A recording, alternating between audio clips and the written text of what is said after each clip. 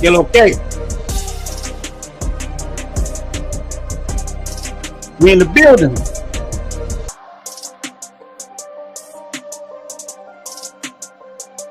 Man, shout out to all you brothers, man.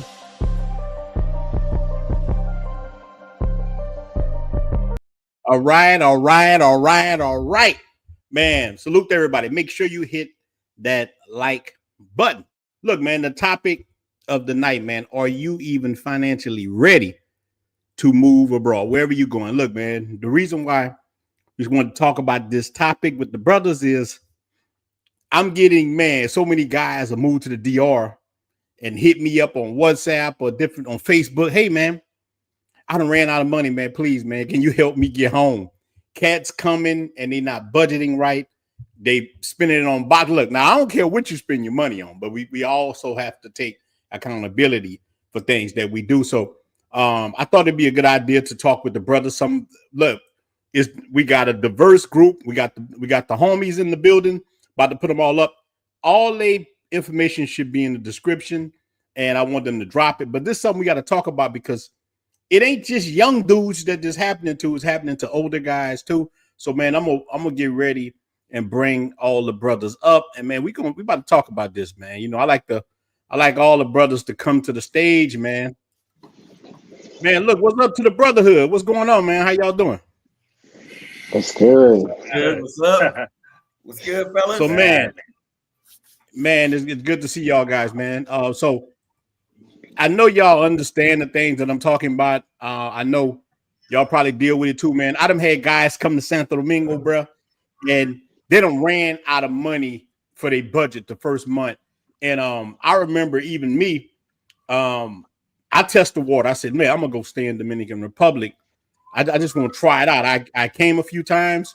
I'm getting so much box. I'm getting boxed out the yin yang. It's coming out of my ears. So I like, and when I went back to America, you go back to America, you start missing them honeys. You start missing that lifestyle. Look, you think about all the good. You don't really think about the bad. You think about the ocean waves, thinking about this. So the first thing I did, I said, man, I can make it. I can do it. And I decided to go stay for 8 months. Got a spot and I stayed. And I know if I wouldn't have had as much money as I did had, I would have blew my budget too. But I didn't have a budget. I had 100 G's in the bank. I had just flipped like 2 big houses, had 100 G's. But boy, I took a big chunk out of that money from just partying, having a good time, not really being in a budget. So my first question for the panel is this: what is the biggest financial misconception men have about moving abroad? I'm gonna start with on Jay, and we're gonna work it around. Yo, what up, fellas? How you doing, man? What's good? What's going on? Man, hey, bro. I would say the biggest misconception is that a lot of YouTubers just to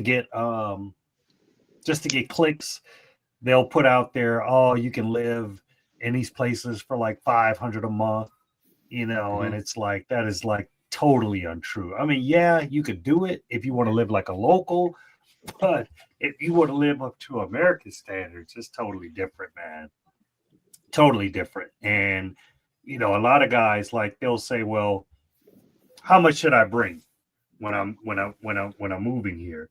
Well, you know, you're gonna need your deposits. You know, I mean, I would say, man, you don't need to be moving anywhere unless you got at least 20 large just sitting around. You know what I'm saying? And that covers your deposits. You got a little bit of emergency money if you need to get out of the country real quick. If you get sick or something, you got a little extra cash, you know, that you can throw at a doctor or something to get seen. But definitely don't be coming over here with $600. That's for sure. It's happening. Like, dudes are definitely traveling to these countries and they don't have any money. And look, I understand the plight, OJ. I understand the plight. I understand it. But you got to look. I have lost everything 2 or 3 times and had to build back up. So I know what it is to be a little dusty. Like one of the brothers say, a lot of people on that passport pookie, a lot of cats on that passport pookie stuff. So cats, but I know what it is on a psychological level. Like, look, the guys come and they with a chick, because I see the chicks cats dealing with in America. Many brothers they got zero standards, bro. I was in Walmart, man, and I see dudes, man, with the big Karens, not the big Shirley. They're the big Karen. I'm talking about big white chicks, man. Ain't got no booty at all. And he in there putting fish sticks in the basket, happy as hell. Right. I'm like, God, man, what the hell? Them, traveling messes with your mind. So, Gentle to go. I know you about to make that move to Puerto Plata. What are you doing to get yourself straight? Shout out, Bobby. What are you doing to make sure you don't fall into these traps? So I mean, basically right now I'm back in the States. It's grind mode, in all different areas. So I've been working on getting my disability up. So now I'm at like 90%. So that's income coming in every month, tax free. And then I'm also working on my online business as well. So I'm trying to get that up. Obviously, doing the YouTube thing, and also once I get more time, finish out learning how to trade as well. So just having different avenues online. That's the key thing. Online, I know real estate is one outside of the online space, but I know a lot of guys have different. Some guys drive trucks. They got different trades where we talking about living. You gotta be able to have money coming in. Being in a different country, so you definitely have something like that. But the biggest advice I can say, especially if you, I keep running into veterans, guys. I met one guy at work, and he was a Vietnam vet, had no type of disability. So I had to make sure he's good. Like, you need to, get on that. So that's one thing. If you're a vet, make sure you get that disability, because you never know, guys. Especially talking to like the older guys, older vets. I know it was a different time, not going to medical and stuff like that. But if you did, you never know what you did while you were in. So, go to medical. If you did go to medical, check your records and everything like that, because it might shock you. I didn't realize how much I was going to medical in my time in service. And then I started filing claims, and I just filed them in February. So from February until now, I started at 0% at, now I'm at 90. Wow, that's good, man. That's a good thing. And then look, shout out to all the military brothers in here deep. The military brothers, man, y'all look, I know y'all definitely work for it. I tell people, they say, man, military got it good. I like, did you go to Kuwait? You know what I'm saying? Right. So listen, they earned that. They earned that. So now there was some rough days, man, while everybody else was in college with them honeys. Chilling, we in that sandbox, but y'all in another storm. While the brothers, the guy Seti, I agree with him. Yeah. He said one of the most important things to do is get rid of debt, and that was the first thing that I worked on. I mean, I had this plan. I had this plan like 3 years before I actually put it in motion. And I would recommend to anybody, man, get rid of all that debt. Quit investing in stuff that depreciates instead of assets. You know what I'm saying? Get rid of all that nonsense. You don't need the cars over here. You don't need the clothes. You don't need the jewelry. Get rid of all that mess, man. I liquidated everything that I had, and I basically came over here with a suitcase. You know what I'm saying? And it pays off. So I would suggest to anybody, that's the first thing that you need to do, is get rid of your debt. Yeah, man. That's true, man. Look, right now I'm in my condo in the US. Just came back here last week to sell it. Getting rid of this too. Like, just getting rid of if it ain't making me no money, it's not making no sense to me. You know what I mean? So my whole thing is to definitely try to make money. And the town of what Gents on the go was saying, like, a lot of us are not military. So I try to tell guys to do Faces YouTube. I do real estate, but I know real estate sometimes can be hard to get in. But I tell dudes, man, look, many of us are failing because we're lazy. Like, I had to take responsibility for myself. I'm like, yeah, man, I'm really lazy. You got it good. Because think about it. sometimes when you eat ice cream, I call it, your life is going kind of okay. And you don't really worry about, you got a little chick, she have decent looking, she cook every night, give you some sex once a week. You know what I'm saying? So dudes get complacent and they don't really work on what they need to be working on. But when that woman leaves and whenever she's gone, now the spotlight's on you, like, damn, I'm losing. And that's when brothers take the pill or whatever, or start getting themselves together mentally, physically, whatever. So here's where you start. This is where you start at. Take responsibility for your life where you at right now and say, how can I fix it? I often say, I had 3 jobs. Hey, bro, I would clean shitty toilets at night when I got off my regular job at Love's Truck Stop. But I saved that money from that and bought my first house. I bought my first house. And from that, I was able to flip that house, walk away with 60 G's. Hey, bro, people don't make $60,000 in a year. I was able to buy a house, work on it myself, make $60,000, and kept doing it, rinse and repeat. The rest was history. So I tell dudes all the time, they say, hey, man, can you show me how to do real estate? I said, what's your credit score? Get your credit score up. What is your score, man? Well, man, I got a 500. I said, man, I had a 520, but I went and got 2 Chase credit cards, paying them and using them. Before you know it, man, my credit score got bigger and bigger and bigger and bigger. And that's how I was able to do it. So first, like you said, on Jay, you have to have a plan. Without a plan, how you gonna bake a cake and you don't know how to make a cake? You gotta first get a plan where you know how to transition yourself. And it's more easy than ever right now in this time we living in to get paid. The internet, hey bro, this YouTube thing is a good avenue. I sell enough t-shirts to live in Dominican Republic. Just the t-shirts I sell. So you can make enough money doing it, but cats, either they don't know how, or even you try to explain it to them. Look, I don't spend hours talking to guys, man. Hey, man, do this. And when I talk to them again, oh man, I ain't did it yet. Well, you ain't serious. You ain't hungry. When you hungry, you got to burn the ship. True. So Miguel, what is the biggest misconception guys have? And I know you're about to make that move too. What are you doing to get yourself ready to make that move? So basically, I did what Unc said. Man, I'm clearing off the debts, because I know I told this story many times before, during the pandemic, and then even after the pandemic, man, I started traveling. First hitting up Santo Domingo, then hitting up Colombia, and I lost my damn mind, because I was like, we was locked up for like 2 years. You know what I'm saying? And I know like 8 people that died from COVID, bro. So I was like, I was the Kanye West of COVID. I'm like, COVID don't like black people. So I ain't gonna lie, I ran it up to the tune of about 60 G's in debt. Because I was like, what I look like dying with an 800 credit score? What they gonna say about my black behind when I'm in the casket? Oh, he sure was good. Look at him with that good credit. So I ain't gonna lie, I went a bit overboard, but in doing so, it showed me where I wanted to be. And I got to the point where I was traveling so much, I was just like, when I'm here, I feel like I'm home. You know what I'm saying? Here being Colombia. Yeah.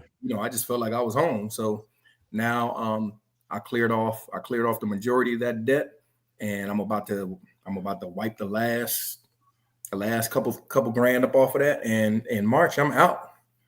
That's it. I am out. So yeah, man.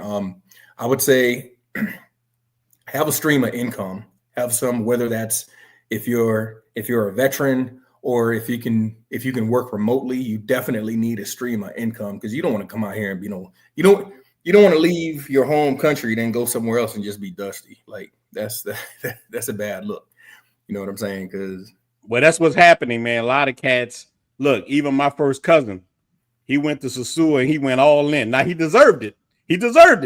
But he went all in. He spent everything he had. Now he got it out of his system. He clapped more cheeks. Than he ever seen in his life. And he had, sometimes a man need to get that. I always talk about letting the werewolf out and howling and doing things, because you need it. Because look, in America, bro, look, let's face it, man. Men catch hell, and especially black men, because black men, man, oh Lord.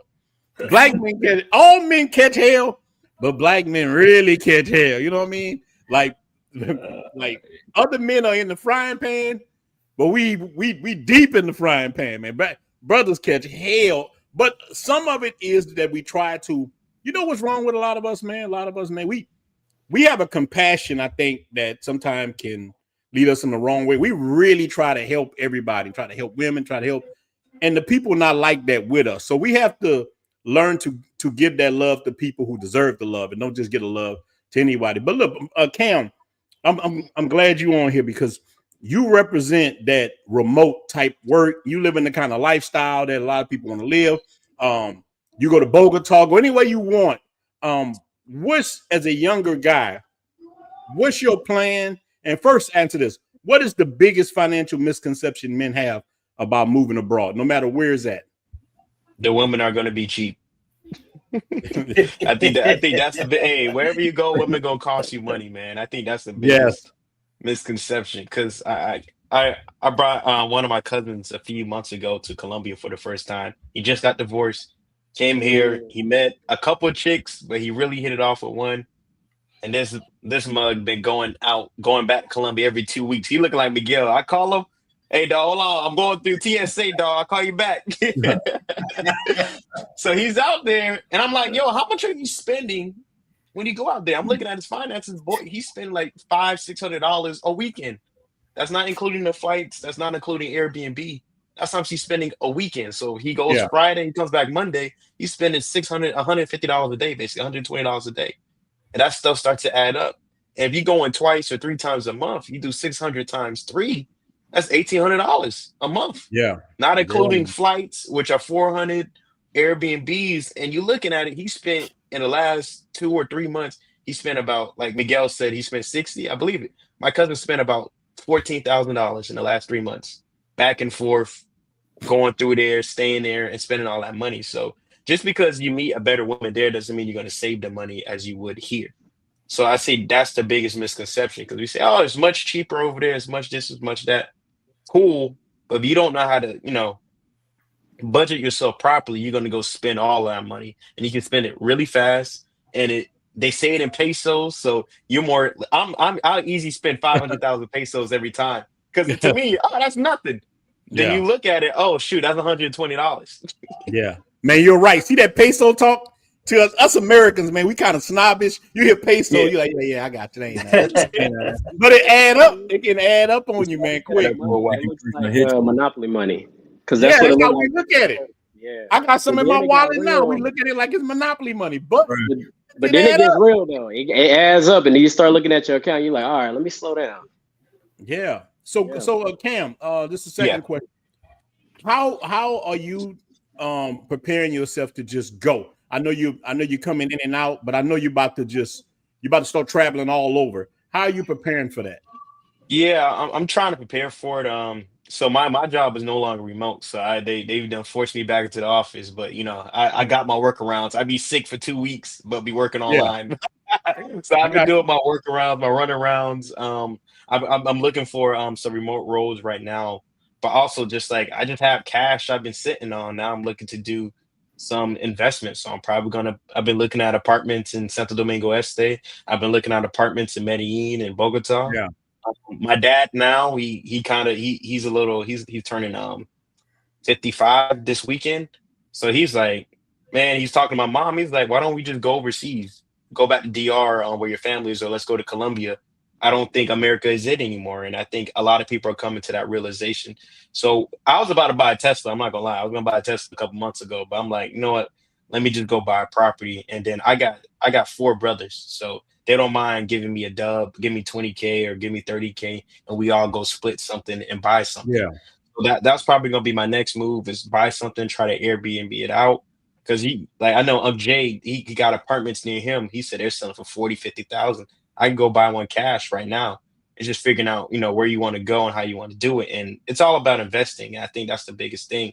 But if you want to look for a remote job, it's out there. They're very hard to find today because of just those jobs are leaving. Once the big boys start saying come to the office, everyone just starts to follow suit. But there's still those jobs out there you can find. Well, and you also can do YouTube, but you know how to do it right. Look, man, YouTube, you can monetize YouTube very well, man. Like I do good on YouTube, And my other channels, I'm gonna start showing my other channels. I haven't showed them yet because I'm building them up, and it's a different audience. But I'm gonna do it as a educational purpose, so I can show you how you can make money off Faces YouTube and different things like that. There's other ways that you can make money. But answer Brother B, what do you guys think about splitting time in between places? Look, I do that now. He's looking at splitting time between Florida and DR. I do that now because, you know, I work in real estate. What I do, I look for old houses. I find houses that border the hood, and I buy that. And not in the deep hood, but where they trying to make the transition at, right? Where they make the like, I'll find that line between decent folk and hood folk, and I get that, and I try to merge them together. And I say, and I let the decent folk know, hey, these hood people not that bad. They just work and trying to do the same thing you trying to do. It's only Pookie in them that's messing up the block. And if you work with me, we can clean the whole block up. So I split between times too. But now I'm stacking up change, stacking up. I'm about to put a lot of money in the DR, a lot, and with properties and stuff. So that's why I'm even selling this. Sell this, get some good money. Hey, Santiago, I'm gonna take the money from this and buy something in Santiago. Have Airbnb, Santiago, Santo Domingo, Sosua. Look, Cartagena, anywhere I can get at to do this. But it's bigger than me. I want all of us to do this because you know what? Foreigners come to the Black community because it's wide open. It's wide open. And they come in there and do the same thing. They can't sit there. Nah, they ain't letting us do it. You got to just do it. You know, and I was like that too. I thought like that. Like, look, I wanted to start a t-shirt company a long time ago. This is my mom told me. My mom told me I came in the house. Said, yeah, I'm about to start a t-shirt company. She said, you told me that 3 years ago. You said you haven't printed one t-shirt. She said, I raised you to be a doer, not a talker. And she hurt my feelings. But you know what? I started printing t-shirts that next day. I was like, hey, you know what? I'm gonna do what I need to do. I had one of these things called a you-do or whatever. It was the worst t-shirt printing thing you ever seen. But I worked up from that. Then I had DTGs. And so once you start making them steps, you could do it. Man, you can move anywhere in the world you want, especially in the developing world, if you have a plan. So look, on Jay, how much money does a man really need? I'm not talking about, because me, I have experience living in the top in like Piantini in the city central, and I've also lived in the barrio. You know, most time I'm in the barrio of Santo Domingo. I got many videos. My house over there in my house in Sosua is $250 a month, 3-bedroom, but it's in the barrio. Lights cut out. So I'm glad I got to experience that too.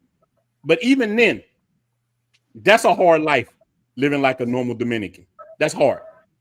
A lot of men and women that from America, we too spoiled. I can live like that for under $1,000 very easy, but many people can't. So what do you recommend a person need to have, and if they come in a Cartagena, and I ain't talking about balling out, just regular, how much money do they need a month? So I'm kind of like you, Ronin. I can give it from both perspectives, because when I first got here, I was like, I'm balling out. You know what I'm saying? Yeah. I'm like, I got a couple hundred racks in my pocket. You know, I'm like, I'm going all out, you know, and I can afford it. So originally I moved to a place called Castillo Grande area, and that's Boca Grande. That's like the Miami of Cartagena. But what I quickly found out is that the people who make it out of the barrio, they kind of got this complex, like, I'm better than you. I don't want none of this nonsense around me. I look down on people. I mean, I would have like lawyers coming to visit me, and they would call them prostitutes. You know what I'm saying? Because I had a lot of chicks coming through, but they were doctors, lawyers, and I mean, very affluent women. And so I was like, I don't want no part of this. And so in that spot, I was paying about $1,500 a month for rent. But of course, if that was in Miami or Chicago or New York, you're talking about $4,000 to $5,000 easily. I love the view, everything, but the electricity, because in Cartagena, everything is by a strata. So it's strata 0, which means you pay no electricity, no utilities, nothing, to a strata 6 where I was at, which is like the Beverly Hills. Well, in Colombia, you basically make up for the poor people. So your electricity It's the same is thing higher. in DR. It's the same thing. So I was paying like $500 a month. I can't roll without AC. So I was paying about $500 a month. So you're looking at $2,000 a month off the jump, and I'm like, what? Yeah. So then when I bought my townhouse, I found out that there were 4 famous Colombians that lived in my complex, right? So I'm like, it's a stratus 3. So I'm like, if it's good enough for them, it's good enough for me. You know what I'm saying? And honestly, I can say that I'm more happier outside of the tourist area because I don't have to deal with that begging. I can live a normal lifestyle. But when I want to deal with tourism, then I just take me a little trip down there in the Uber, do the tourist things like I did this weekend for my birthday. I rented a mansion, balled out, me and Miguel, and then we came, I came back to my crib this week. So out here, I just got a couple of brothers some brand new apartments, man, for like $600, $700. Yeah, you were telling me that. Yeah, brand new, like high-rise apartments. So it's available, but a lot of people just don't know about it. And they're brand, like I said, the whole area is brand new. I showed Miguel, this is where it's at. Because you don't want to be, if you live here, you don't want to be involved in the tourist stuff every day. You think that you do, but after a while, that stuff gets old. So I would say, well, look, you saw that with me when you came. But some days I don't come out. Some days I stay in the barrio. Sometimes, look, and it's tying on what you're going through. Right. When you live there, you have everything in your neighborhood. You ain't really I have everything, man. I don't really even go out of my hood. You know what I'm saying? But I look at it like this. Shout out to my boy Caribbean Casanova. You know what I'm saying? Like, I got my money together and I can live anywhere I want to, but I'd rather invest my money into something that's going to make money, not making some Colombian rich. And I want to also give a shout out to my man Armstrong Adventures. I met him on my, remember I went on a double cruise. Oh, okay. Yeah. I met that brother. He's a YouTube guy, so definitely follow him, Armstrong Adventures, man. He gives a lot of info on MSC cruises. So that's, man, look, drop your link. You can drop your link, man. Drop your link. Yeah, drop the link in there, Bill. His name is Bill, man. But cool guy, man. We smoked some cigars, had a good time. So you don't realize how small the travel industry is. You know what I'm saying? Till you get out there and he followed the channel. He's like, man, I like what y'all doing or whatever. And that's what it's all about. But I would say realistically, man, you could get away. I would say no less than 2 bands a month. Yeah. You know what I'm saying? 2K, you should be good. If you get anywhere over 2K, you can like ball out. Like I eat lobster, I eat shrimp, I eat steak like literally every day, man. So I'm definitely not even like a pauper. So that's real. Let me ask this, Key. Say, are all you guys only interested in DR? Do you like any other? I like all. Look, man. The only reason why, and I don't have to explain this, but I like to let people know who watch the channel. The only reason why I've been kind of stuck in the DR because I got a foot surgery type situation and legal matters. So I didn't go too far because my dad was sick, but now my dad passed away. So I'm sorry for that. But now, don't worry. Don't worry. We got big plans, man. Yeah. 20 show on the road. Yeah, 2025. Yeah. It's gonna be a mug. So I answer that, and I also want to ask the brother, say, where the DTG at? I mean, it's in my storage actually, and that thing made me a lot of money. But remember, time is money. So first, I was printing all the shirts myself. So, and I paid 20 G's for this machine, and it made me a lot of money. It paid for itself in like 4 months. Made a lot of money. But it's better to get somebody else to print for you, so you take that time to put towards other things, man. So make sure that you don't just waste all your time up, So look, and to answer Caribbean Casanova, man, most of us, man, we all, especially I know guys in the military, I know they got money, and me, I do real estate. I can live anywhere and where I want. I can live anywhere. I got in the United States, not bragging, I own 10 houses in the United States.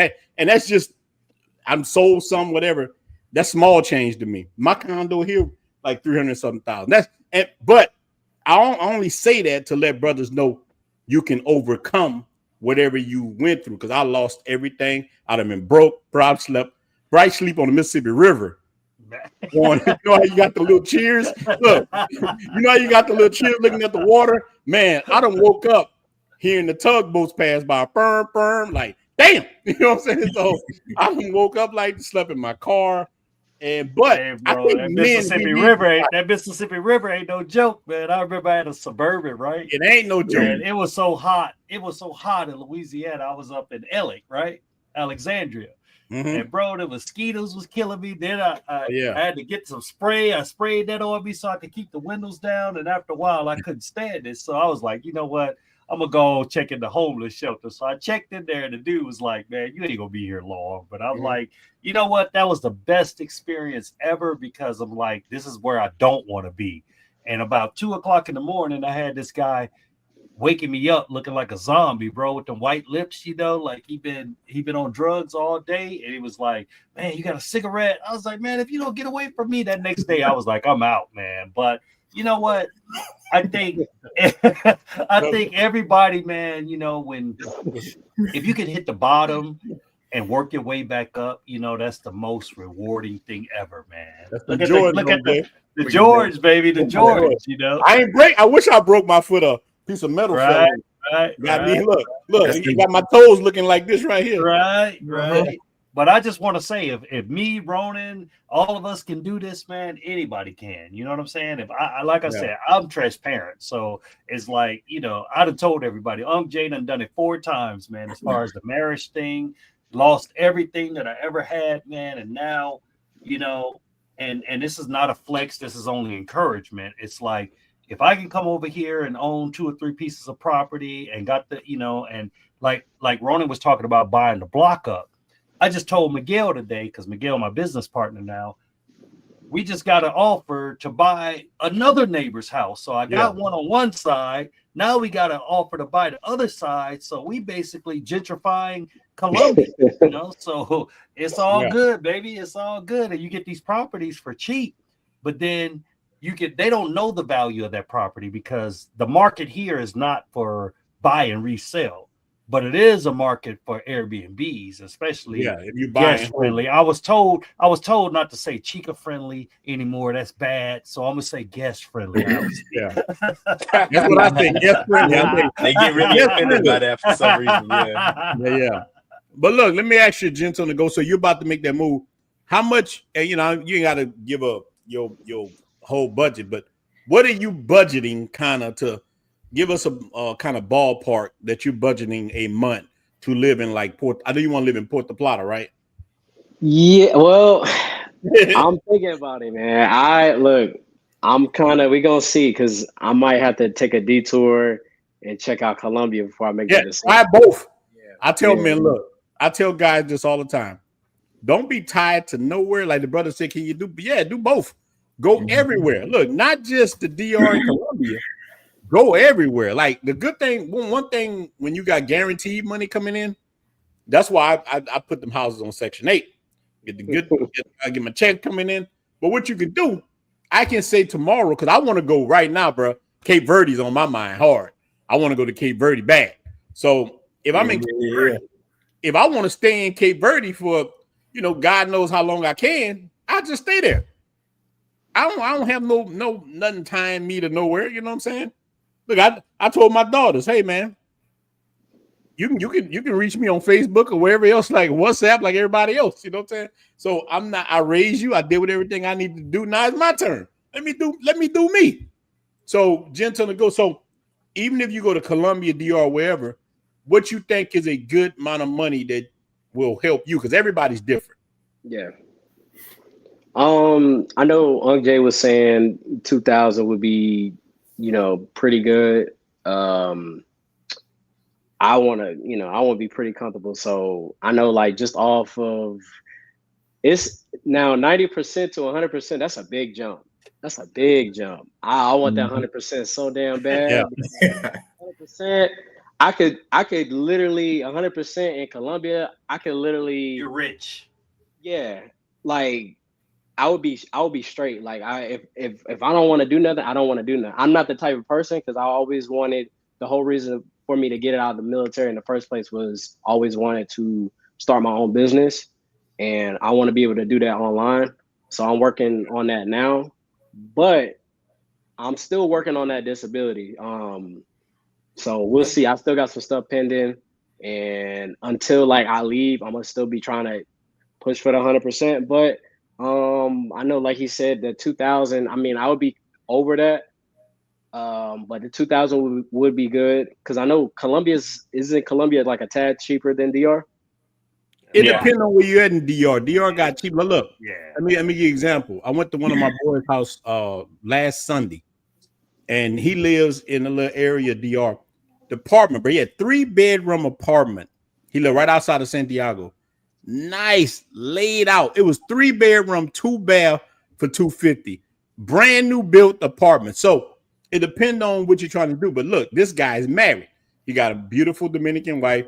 He not out here clapping cheeks. He not knocking down mangoes. That makes a difference. That makes a huge difference. Look, Big time. And, shout out to Teddy Talks, man. Shout out to this brother. He got a good YouTube channel. Make sure y'all guys follow this brother's channel. Yeah. But that clapping cheeks makes a big difference. That's what I'm telling you, guys. Go broke over that. About doing, and like you said, just to kind of keep that from happening.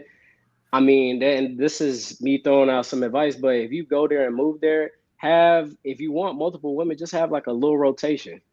That way, you know who the women are and everything like that. So you're not just constantly just throwing money at all these women. You got a small rotation, it just saves money. I mean, it can work there, it can work, hell, it can work here. Well, with me, I like to have, like me, this is my thing. I like to have a main old lady. I call a quarterback. That's the quarterback. That's the one. But that one goes. But you gotta definitely find the right chick, because you would think out of these chicks quarterback material, and they ain't number linebackers. They trying to sack you. You know what I'm saying? Absolutely. and I 100% agree with that, man. Like, the biggest asset, man, that I've had since I've been in Colombia is having my girl, because she gets me all that local rates. She gets me all the local rates, the local love, all that, bro. And that makes a difference. Like in Colombia, and I'm gonna tell you why it happened. It happened because of Pookies. Pookies and Ray Rays came here, stayed a couple months, and just walked out on the apartment. So now they want 3 months deposit. They won't even let you put Wi-Fi on because guys was walking away. So we messed things up for everybody else. So now what I'm trying to do is, it's like, okay, I'm trying to find spots where she can get them for like 1 month deposit versus 3, like I had to pay when I first got here. But I'm being really, skeptical of who I fool with, because I ain't trying to get stuck with no apartment myself. But if I know you're solid, I know your financials are together, but please, man, have your financials in order, and you cannot come here living like a tourist. Guys, some guys get kind of messed up, man, get kind of upset because, they come here and they're like, man, I want to kick it with you, Aunt Jay. I want to kick it with you, Aunt Jay. But I'm like, I don't live like that every weekend. If I did, I would be broke. You start paying them tourist prices. We went for my birthday, we went to the islands, right? So I call him my stepson, but it's my girl's son. He does the boat thing. We went out there. He was like, give me the local menu. It was 50% cheaper than what the gringos pay. Little stuff like that, man. So I'm just telling you, like, if you want to be plugged in, you got to change that mindset. You can't come down here and be like, I just want to ball out. But I'm going to say, man, look, anybody out there that's even close to 100%, if you get to that 100%, man, that's like, depending on if you got any kids or something, that's $3,800 to $4,100 tax free a month. Bro, a doctor here makes $1,200 a month. So that tells you, and they're considered like the upper echelon. So like you're instantly a millionaire by coming here, but you have to live not like a local, but semi-local. You know what I'm saying? Live like the best locals live, but don't go into tourist areas at all, man. Unless you just want to throw money away. But I feel like this, actually, most of the chicks live out here where I live at. Yeah. You know what I'm saying? They don't live in the tourist areas. Mm-hmm. Oh, gee, that's the same thing. And I'm gonna get the mine stay out there. Look, mine stay out there. I'm like, man, I gotta be undercover out here. Yeah, you gotta watch yourself. That's what they had, Miguel. Yeah. 3 of my baddies stay like within 2 blocks of this nigga. I was like, I gotta be incognito. Man, look, we got 158 in the building. We only got 50 likes, man. Look, like the video, man. Like, we got 158. It don't take no money. It don't take no money. And subscribe to everybody, man. Look, I'm almost at 1,300. I need about 15 subscribers, man. Look, subscribe to all the brothers. I'm gonna open free. it up and let people get on also. But Miguel, so I know you're about to make that move. How much money are you budgeting for that? And that's even talking about Trickeration Nation. I budget for clapping cheeks, big dog. Yeah. I budget not for clapping cheeks, dog. If I know I'm gonna go out for the weekend, I might, you know what I'm saying? I might put a little bit up for some cheek clapping. Yeah. So, all right. So, this is after I purchased my apartment. I think my budget's going to be like right around $1,000, maybe even less. Because I'm factoring in food here in the US. My food budget, it's just me. Yeah. My food budget, it comes on, it's less than 400 a month. Utilities, things like that. I know it's going to be cheaper. I'm not going out there in the, like Unc said, in the high strata. I'm gonna be out there in a strata 3 or a strata 4, because I ain't trying to subsidize nobody else. I ain't trying to subsidize too much. You know what I'm saying? Well, your girl back, Dash back.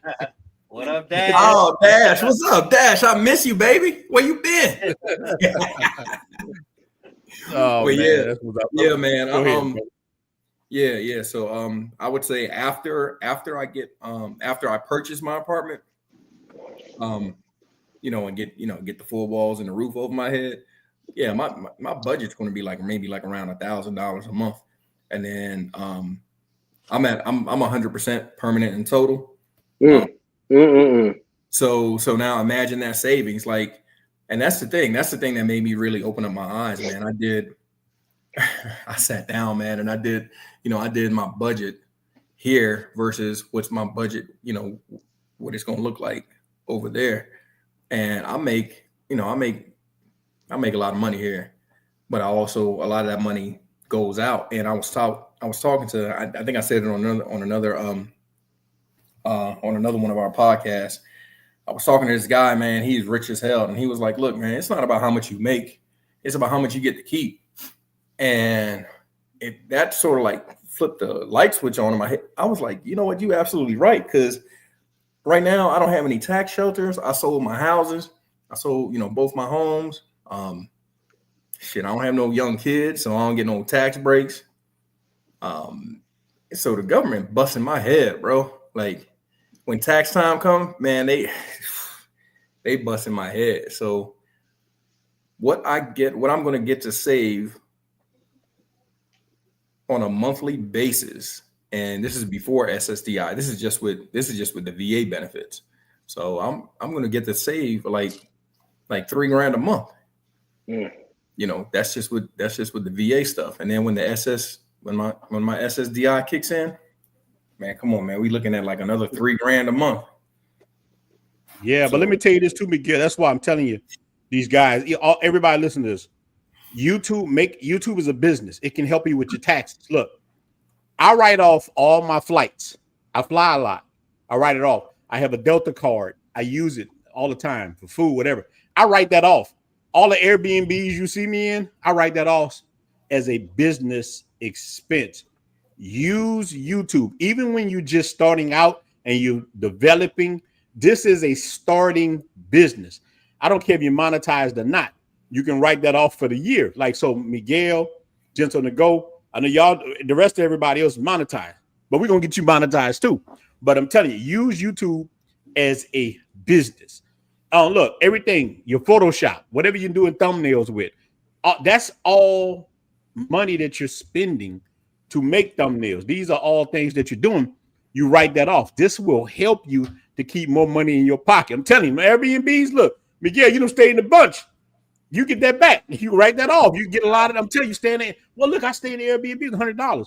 If you go stay at a place, you go 10 times, that's $1,000. You put that on your taxes. Hey, man, this is my YouTube expense for my business. Hi, Miguel channel. You know what I'm saying?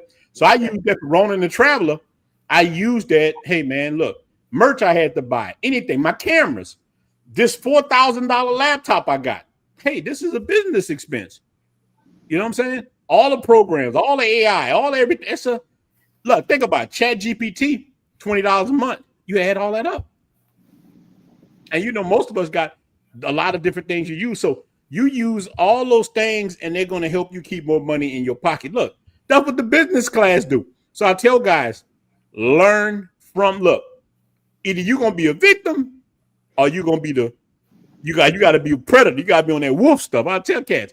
Look, if we all walked into prison right now, you gonna let people take your stuff, or you gonna fight for it? You know what I'm saying? Look, you gonna eat your cornbread? Yeah, you gonna eat your cornbread, or you gonna sit there?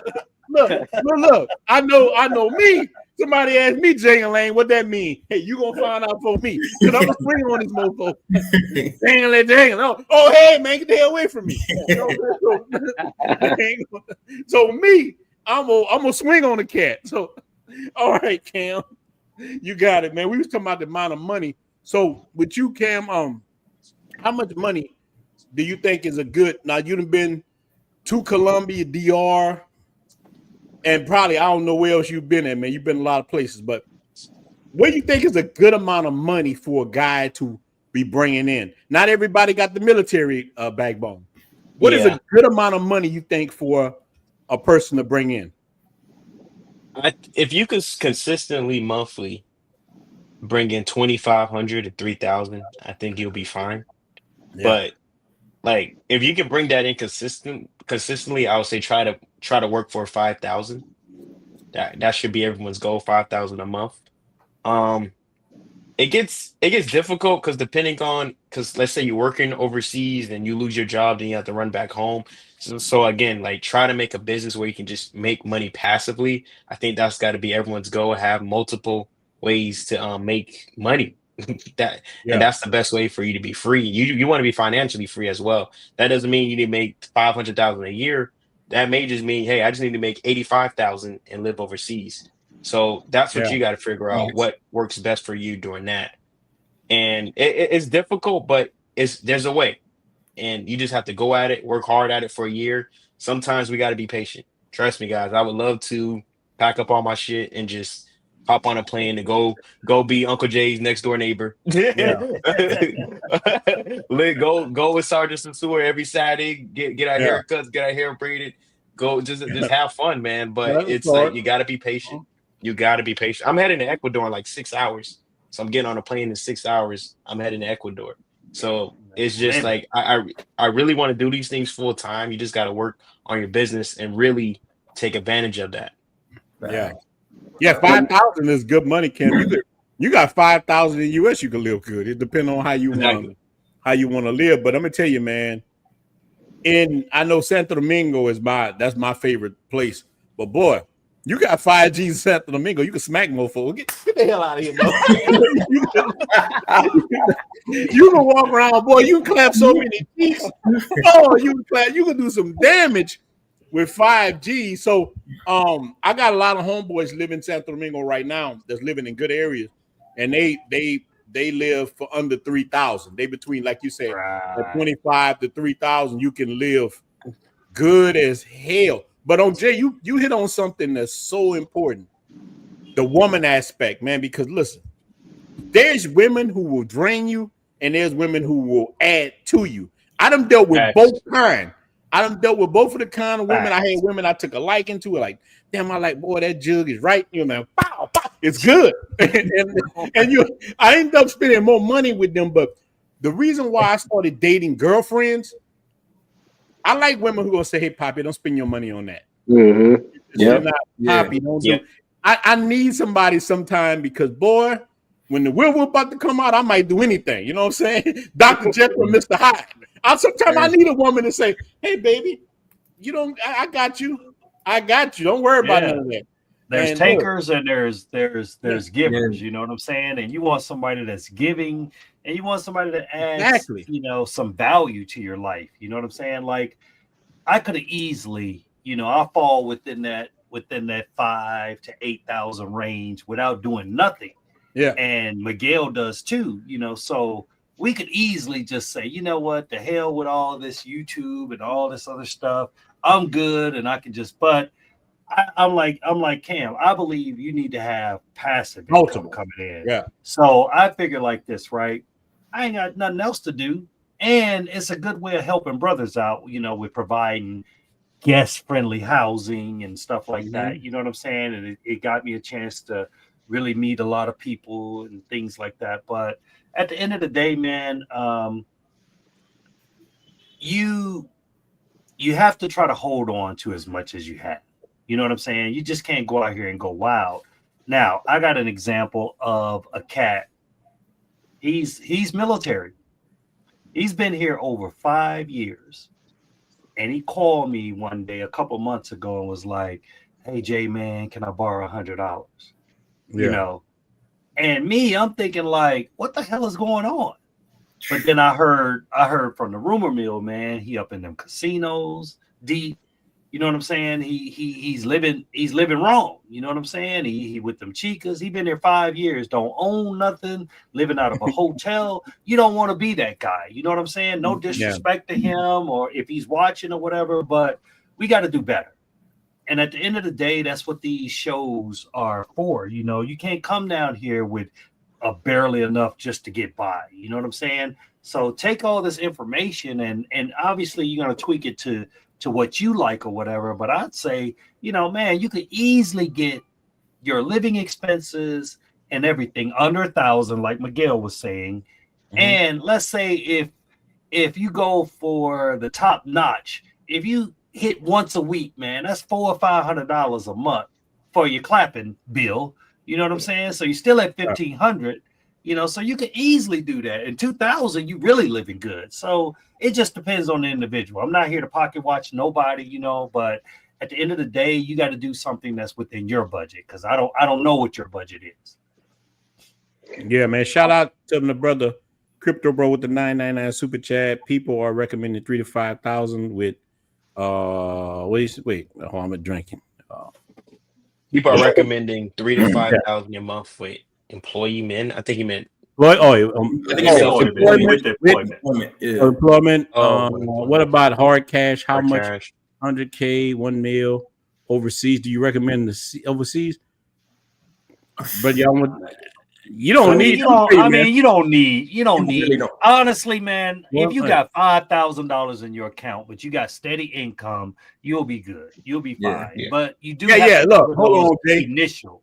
Because he said, I guess he's talking about what I said with the 100G. Yeah, when I first came, I had 100,000 because I flipped 2 houses at the same, so I had 100G. Yeah. You don't need 100G. Listen, no. I liquidated everything just like you did. Like I said, that's why I said I had like 200K because I had liquidated everything. And then I said, okay, I'm gonna invest this stuff in the other properties and stuff like that. And he's right.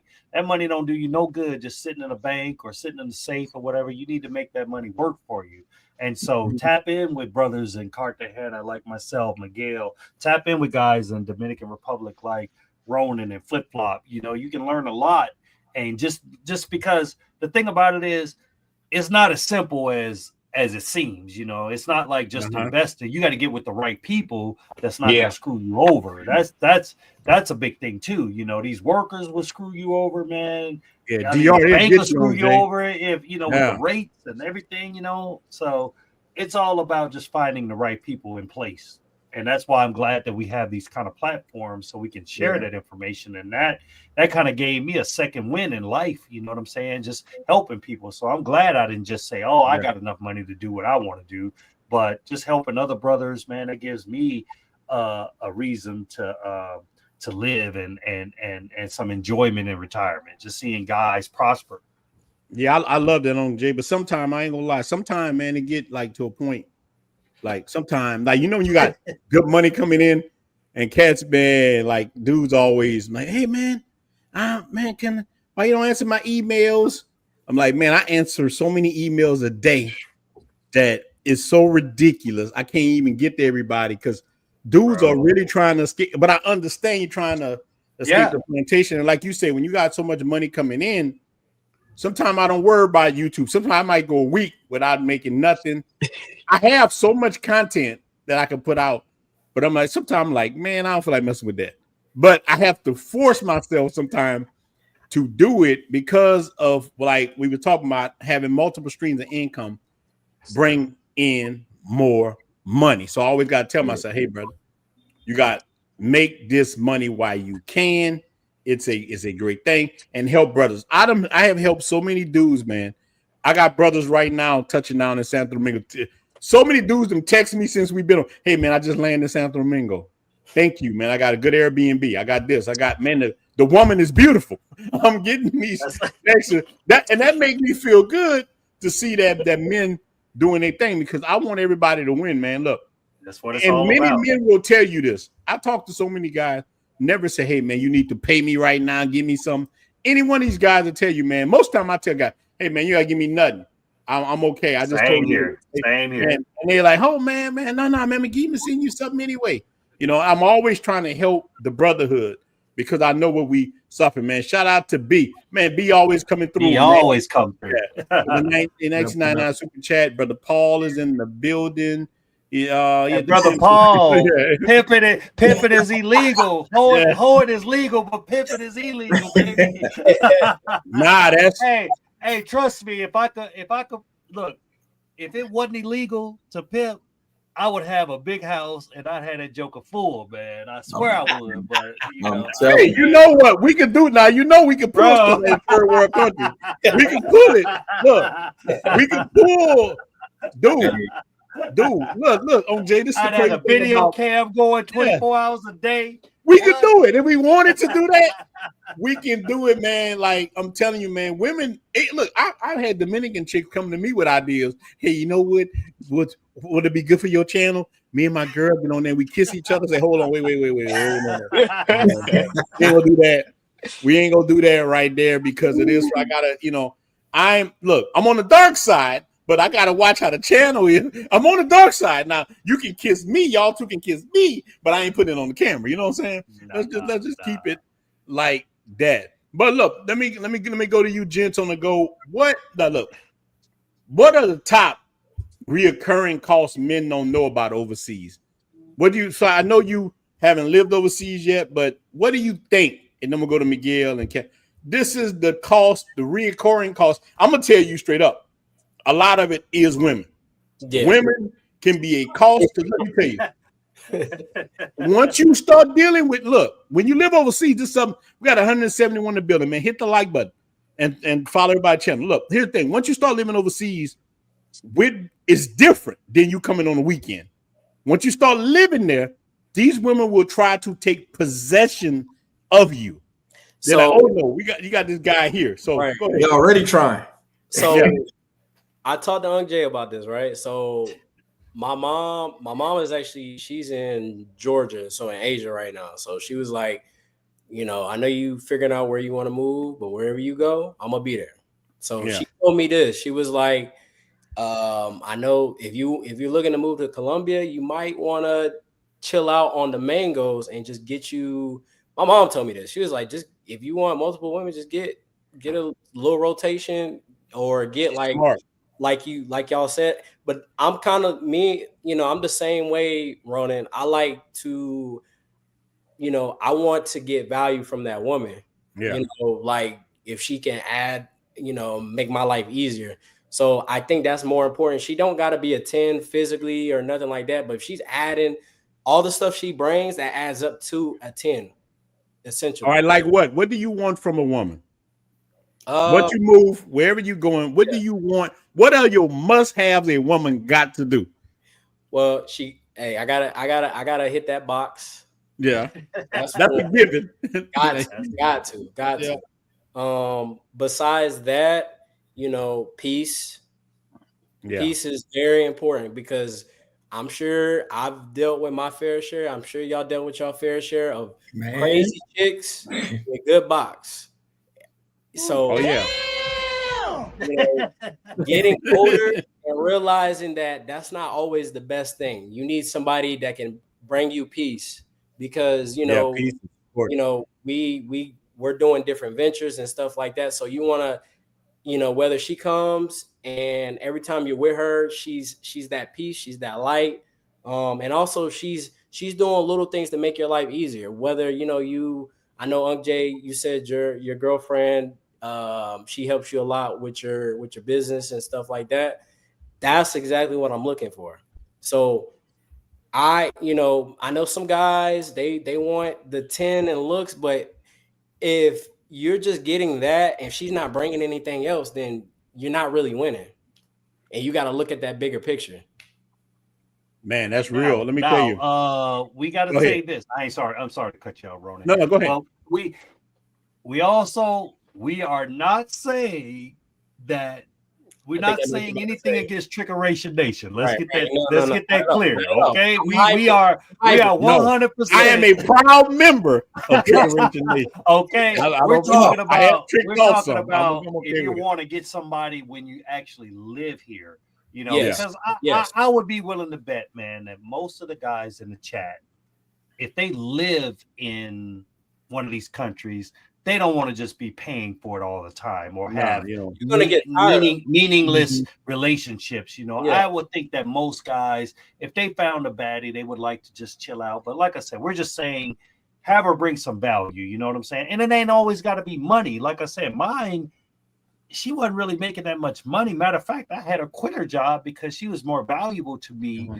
Checking up on the properties, and somebody just put it in the chat what mine actually does. She's become the administrator for all my businesses. I hate keeping up with paperwork, so she keeps up with every receipt I get. She makes sure we get every all the workers. Make sure she do all the bitching for me, so I don't even have to be involved in that. So we're like I said, we are 100%. We don't depolice around here, so I don't want anybody to say like, "Oh, they don't want that." Look, ain't nothing like them Spanish women to see them get on the crew. And look, man, that's the good thing about having. Look, but I would almost say this, man, that if you're going to live in a country for long periods of time, you almost need a local, man. You're going to have a girlfriend, your main chick, or you got to have a right hand man. Facts. Who's on your side. You need a person when you go, somebody that's going to look out for you, because if not, you're going to be exploited, man. The people going to exploit you, bro. Like, ain't no way around it. You know what I'm saying? Ain't no way around it. My man say he don't need a chick for anything but one thing. But I think you need a little bit more than that, bro. Yeah. I understand. Look, that's why I say I understand the clapping cheeks part. But look, you're going to find that in the DR, you can clap all the cheeks you want.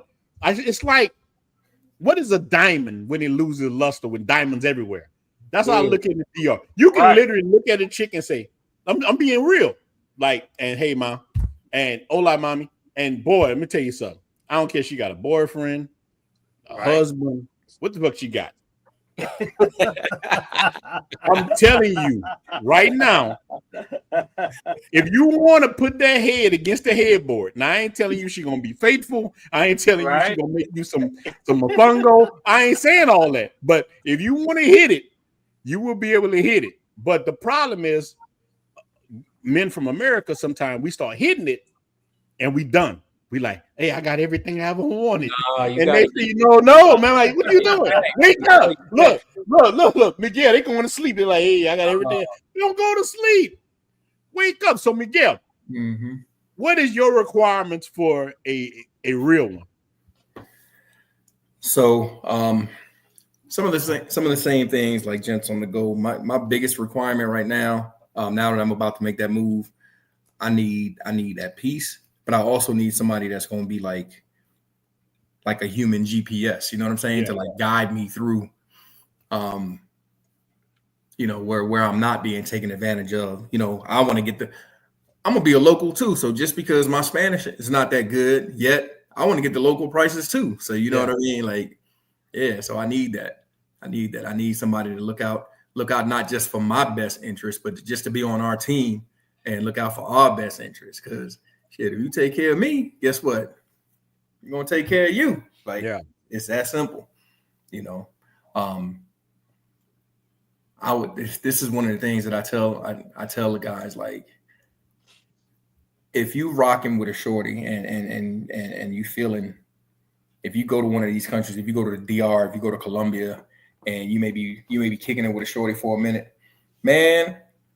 If she don't ask to cook for you, or if she don't tell you, nah, we don't have to go to the restaurant. Let's go. I'm taking you to the grocery store. Yeah. And I'm gonna cook for you, or this and that. Nah, bro, she ain't it. She ain't it. She may be good for that one thing that my man said, and that's it. Yeah. Just know what it is, and don't get bewitched. Miguel, you just said it, Miguel, and I just spoke to somebody like that. I was like, does she cook for you? Does she do that? Nah, but she did. He's giving her $1,000 a month. Oh, Chicken damn. Colombia. What? No. Damn. $1,000 US a month. Wait, I said, how much is her rent? She told me her rent was 1.5. I said, type in 1.5 in your calculator. And ask it to translate to USD. That's like $400, $500. And I know she's not paying $400 or $500 for rent. No. She's probably really paying about $350, $300. Don't listen to what these women tell you they're paying for rent. They always going to put it. Triple. Sometimes they do more than that. Cam, I met this beautiful red bone. Boy, this girl was fine as hell. But yeah, look, she was high yellow with this red hair. And I said this on the live stream. She told me she got robbed one time. She said, "Papi, I got robbed for my rent money. I was going to pay it." And I'm like, yeah. I look in my head, I ain't about to pay shit. But I'm saying, look, money. I start like, how much did they get from it? She said, 2,000 American dollars. Goddamn, man, you ain't free 2,000 American. This mother told me. Hey, listen, she's telling me she was going to pay her rent, and they took 2,000. Girl, you got a tin roof. What the hell are you talking Right. about? Bullshit, man. bullshit. Yeah. So, Cam, and Cam, a lot of chicks in the DR who ain't really rocking with you like that. You got recreational use chicks and you got real ones. I find that the recreational use chicks, a lot of them are stupid, man.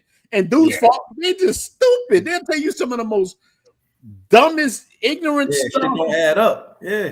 But they got big booties, and guys, they're like, a They girl. want you to get caught up in the allure of that. You know what I'm saying? Like, allure. Okay, for the guys that visit Colombia or Cartagena, I'm gonna show you another scam that they do. So they'll, a lot of guys think if they meet a chick in Barranquilla, which is probably like an hour and a half up the road, they'll say like, oh, she a regular chick, right?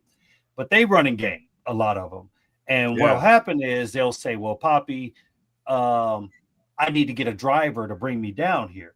And they'll say like to Cartagena, and they'll tell you like it's gonna cost like $100 for the guy to go back. And you thinking like hour and a half, that's regular. No, bro, look, I did the research, man.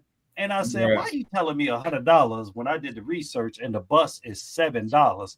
Well, 50,000 pesos round trip. I don't want to run. I don't want to go on the bus. So it's good enough for me, but it's not good enough for you. These chicks is always scamming. Yeah, man. I'm just gonna be straight up. You got to put them through the test. Even mine, I had to put her through a year test. Yeah, you got to vet them. Every test, you got to vet them, man. And I be looking for. Even to this day, I still look for stuff. Because I'm supposed to. Don't never fall asleep on me.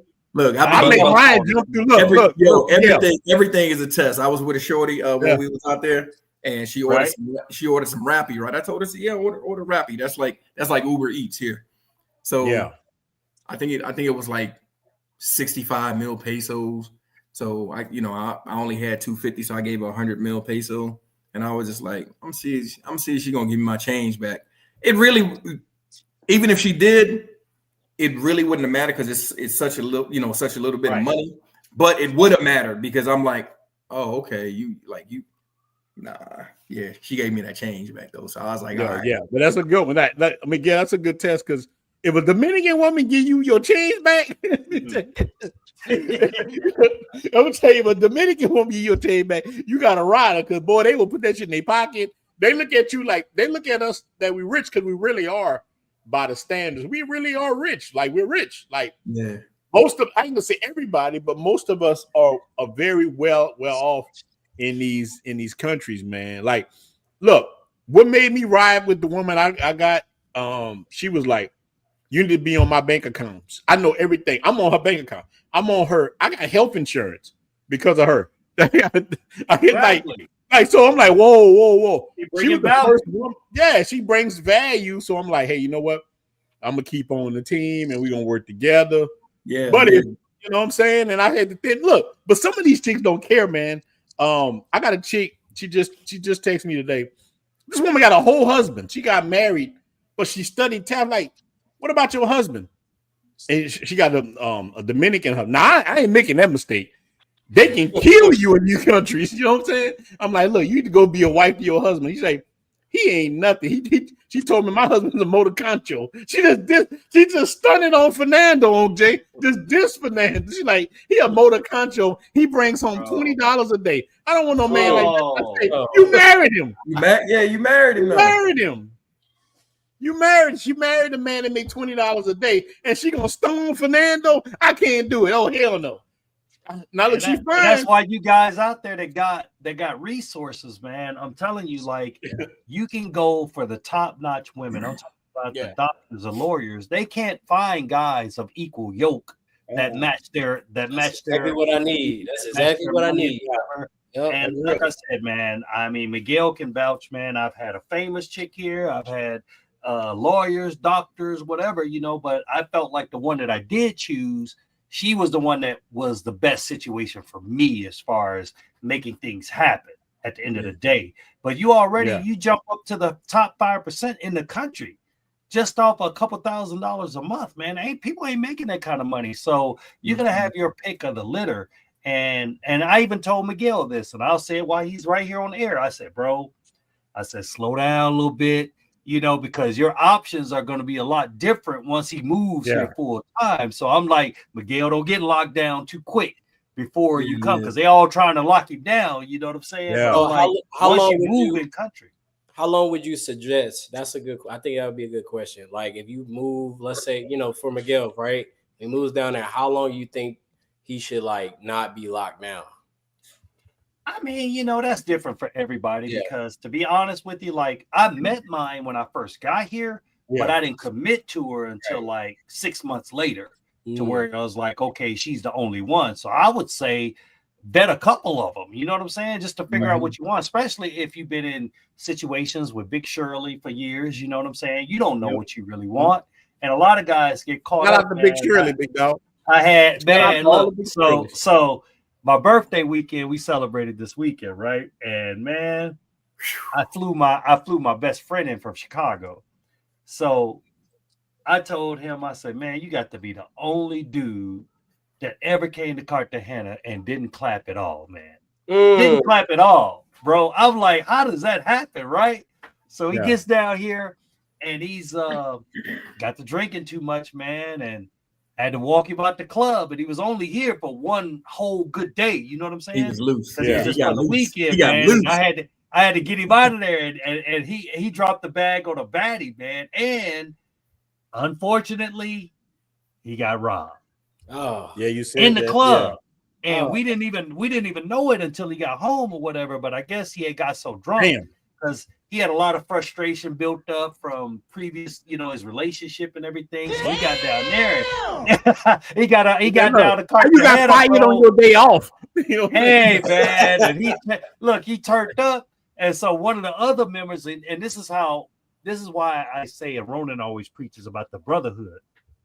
One of the brothers say, hey, Jay, I know that's your man's. You need to get him. He bumping into people and everything. He bumping into the girls and everything because he got a little bit too full. So I got him up out of there or whatever. Then I guess while he was bumping into people, somebody went in his pockets and took his cash. Okay, it was only like $300, but still, $300 is $300. So, man, when you go to these other countries, man, you got to have control, bro. You got to have control, Mm-hmm.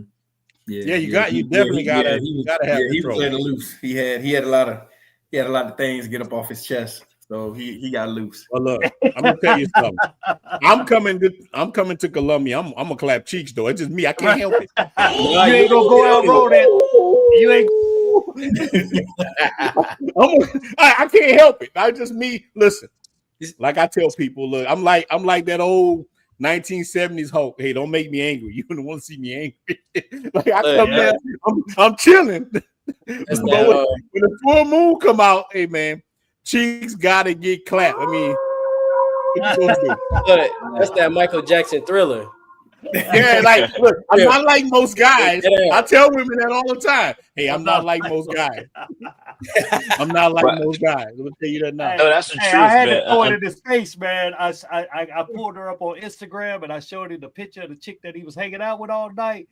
But he had got some drunk. She got turned off and left him. You know, but bro, and it was like the last 5 minutes of the club. It's like that oil just hit him hard, bro. And he was just like, "Oh my God, I can't believe I fumbled like that, bro." And he had got the pass for the weekend from the wife, so ain't no telling when that brother go get another pass like that. Him a pass? Yeah, he might be. Yeah, bro. That's crazy. She had the prayer warriors on him all weekend. Yeah. That brother sitting there with that. Look, he's sitting in the room with that Vaseline dot on his head. Look. Oh, man. They said all Dominican women are looking for the best. Well, hold on, let me see. Brother Key say, look, brother, all Dominican women are looking for the best opportunity, even the 1%. Look, all women across the world, all women. That's it is natural. I expect that. And no matter, look, if I go to Madagascar, right? Women in Madagascar going to come to me because I'm a foreigner. They know I got money. You're going to win. Like, people going to come for you because of that. So I say, stop being ashamed of that and use that. You know what I'm saying? So Cam, Cam about to go somewhere. So Cam, will you say you about to go in tonight? I'm heading to Ecuador at 1 a.m. Are you ashamed that you wealthy? No. I like it.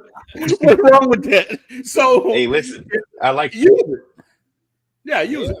I So mean, Cam, you like meet a athletes are ashamed? Yeah. No. Hell no. Shit, no. I like people knowing I have money, dog. Because I don't like doing. I don't listen. My family knows, man. I don't like going to certain places. I don't want to be in a neighborhood where there's no Whole Foods around. I don't want to. If there's what are those people called? They be wearing purple. Talk about the white man is the devil outside. I don't want to be around none of them Negroes. Yeah. Shout out to my Hebrew Israelite brothers, man. Shout out to my brothers. All my brothers be married with me. Look, Cam. Look, I don't want it from my door. Damn, don't have me from my door to my, you know who the real black people are. Don't do that to me. Don't do that to me. Shout out to my Hebrew Israelite brothers. I'm down with a lot of them. Yeah, I'm with you on that. Hey, man, this week, when I was down this past weekend, Shorty said, I like you. I said, yeah, okay. And then she started calling me. She said, Simba Guenza. I said, what? I said, what? She said, you a scoundrel. She said, I told Jay, I said, I ain't never been called a scoundrel in my life. Scoundrel, God damn. God damn. She said, that's diabolical when somebody call you a scoundrel. That's like some old 1960s Batman shit. You a scoundrel. She's seen how I operate, because this is Shorty I scooped up at a restaurant. She works at a restaurant. And she said, every time I see you, on lunes, una chica, martes, otra chica. Every day you with another chica. And she said, for months, for years, I see you and I like you, and you never chose me. You never chose me. And she said, I like you. She said, but you a scoundrel.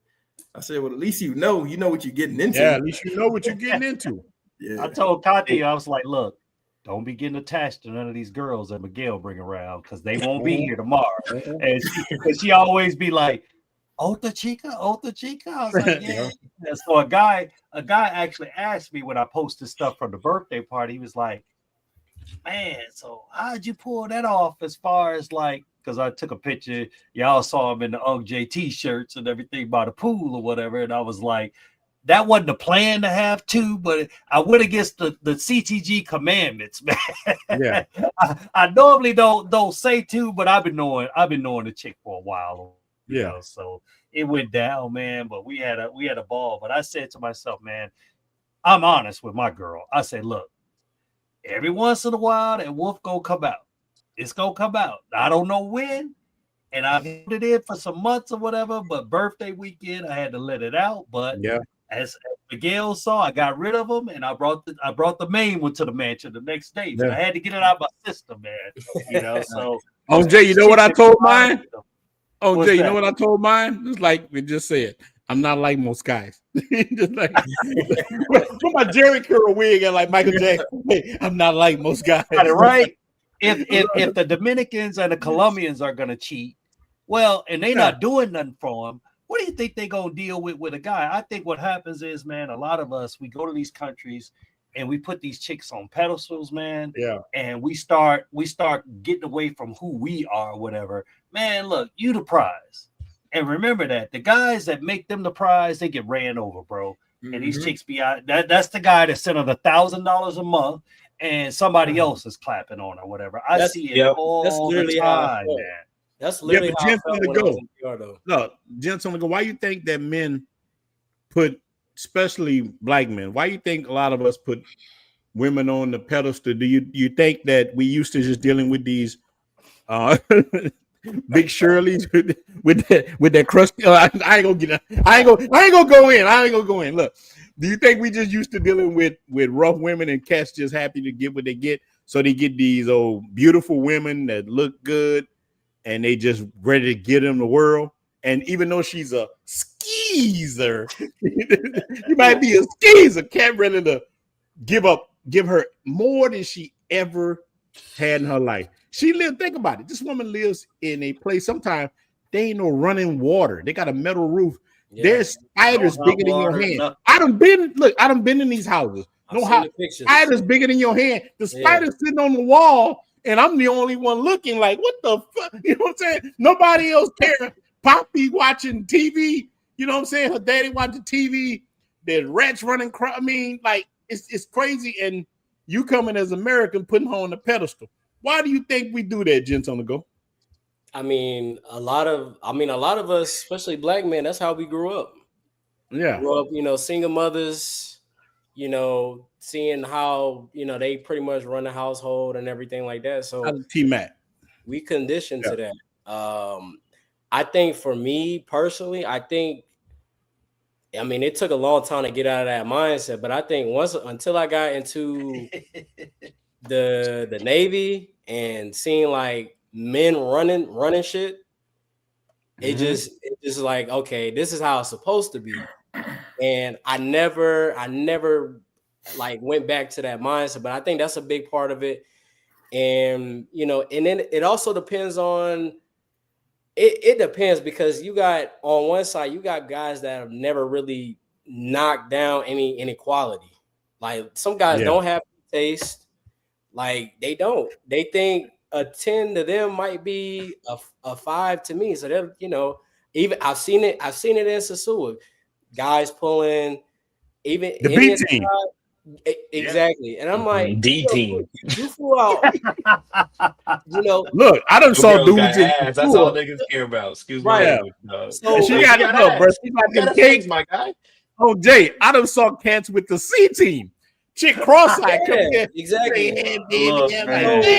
Any of the guys that was with me in Sosua that they already know, and they started figuring out, oh yeah, he got a type. I'll just say it right now, my type, typically if I got to pick, red bone. Nah, she don't gotta be red bone. But hold on, man, don't get Dash mad. Dash gonna come back. The women look. Anytime y'all brothers getting the colorism, women start emailing me. Exactly. Now, so I gotta. All y'all brothers don't like, your mama black. I'm like, how you know my mama black? My mama might be white. How you know? You don't know. Now that's what I tell them on Jay. How you know my mama black? My mama might be white. Some brothers do like that, but me personally, I don't care. Yeah. Like I had Haitian women. Devontae, I was with you, dear brother. I was with you, dog. Don't sit up here, dog. Don't sit up here. Okay.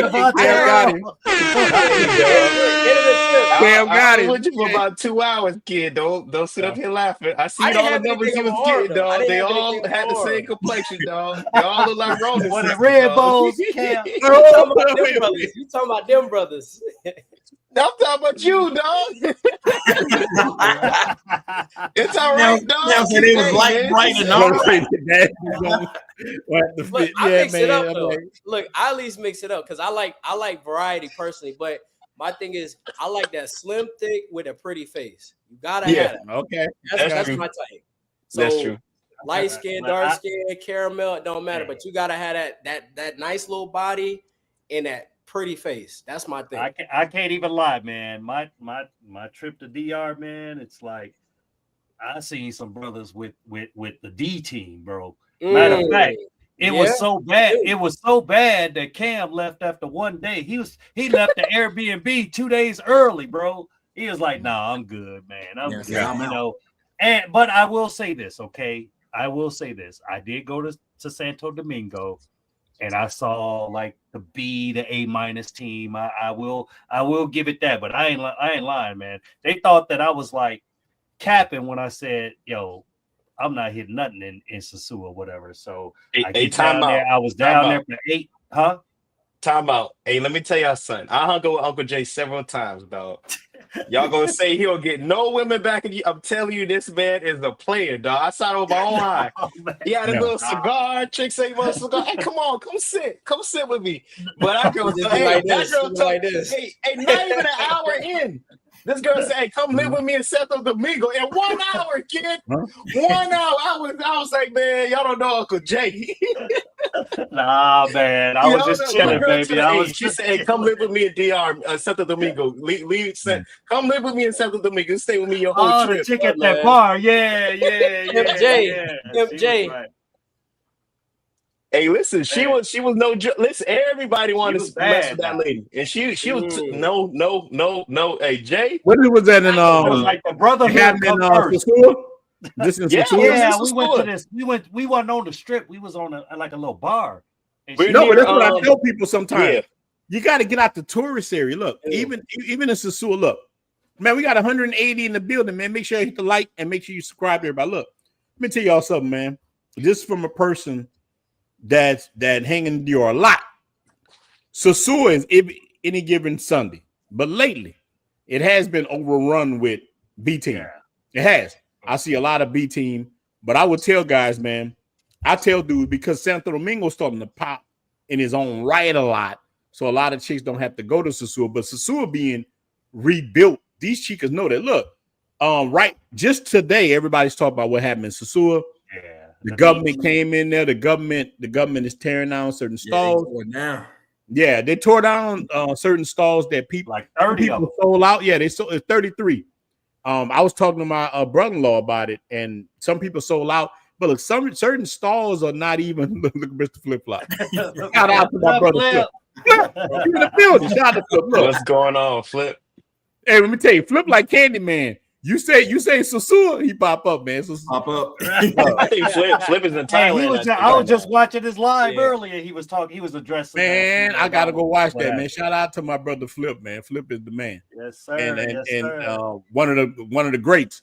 Let me tell you, man. So look, well, certain people in Sosua has, according to my brother-in-law, I don't know if it's true or not.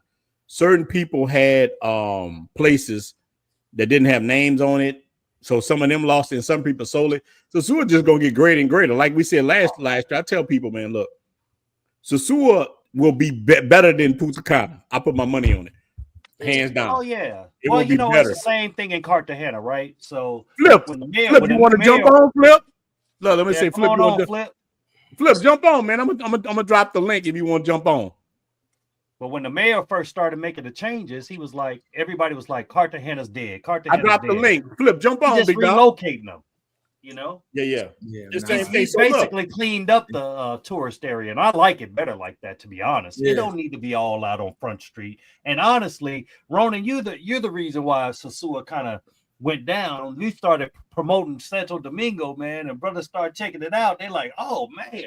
But you see me and Ronin. Ain't my fault. I always tell brothers to go to both.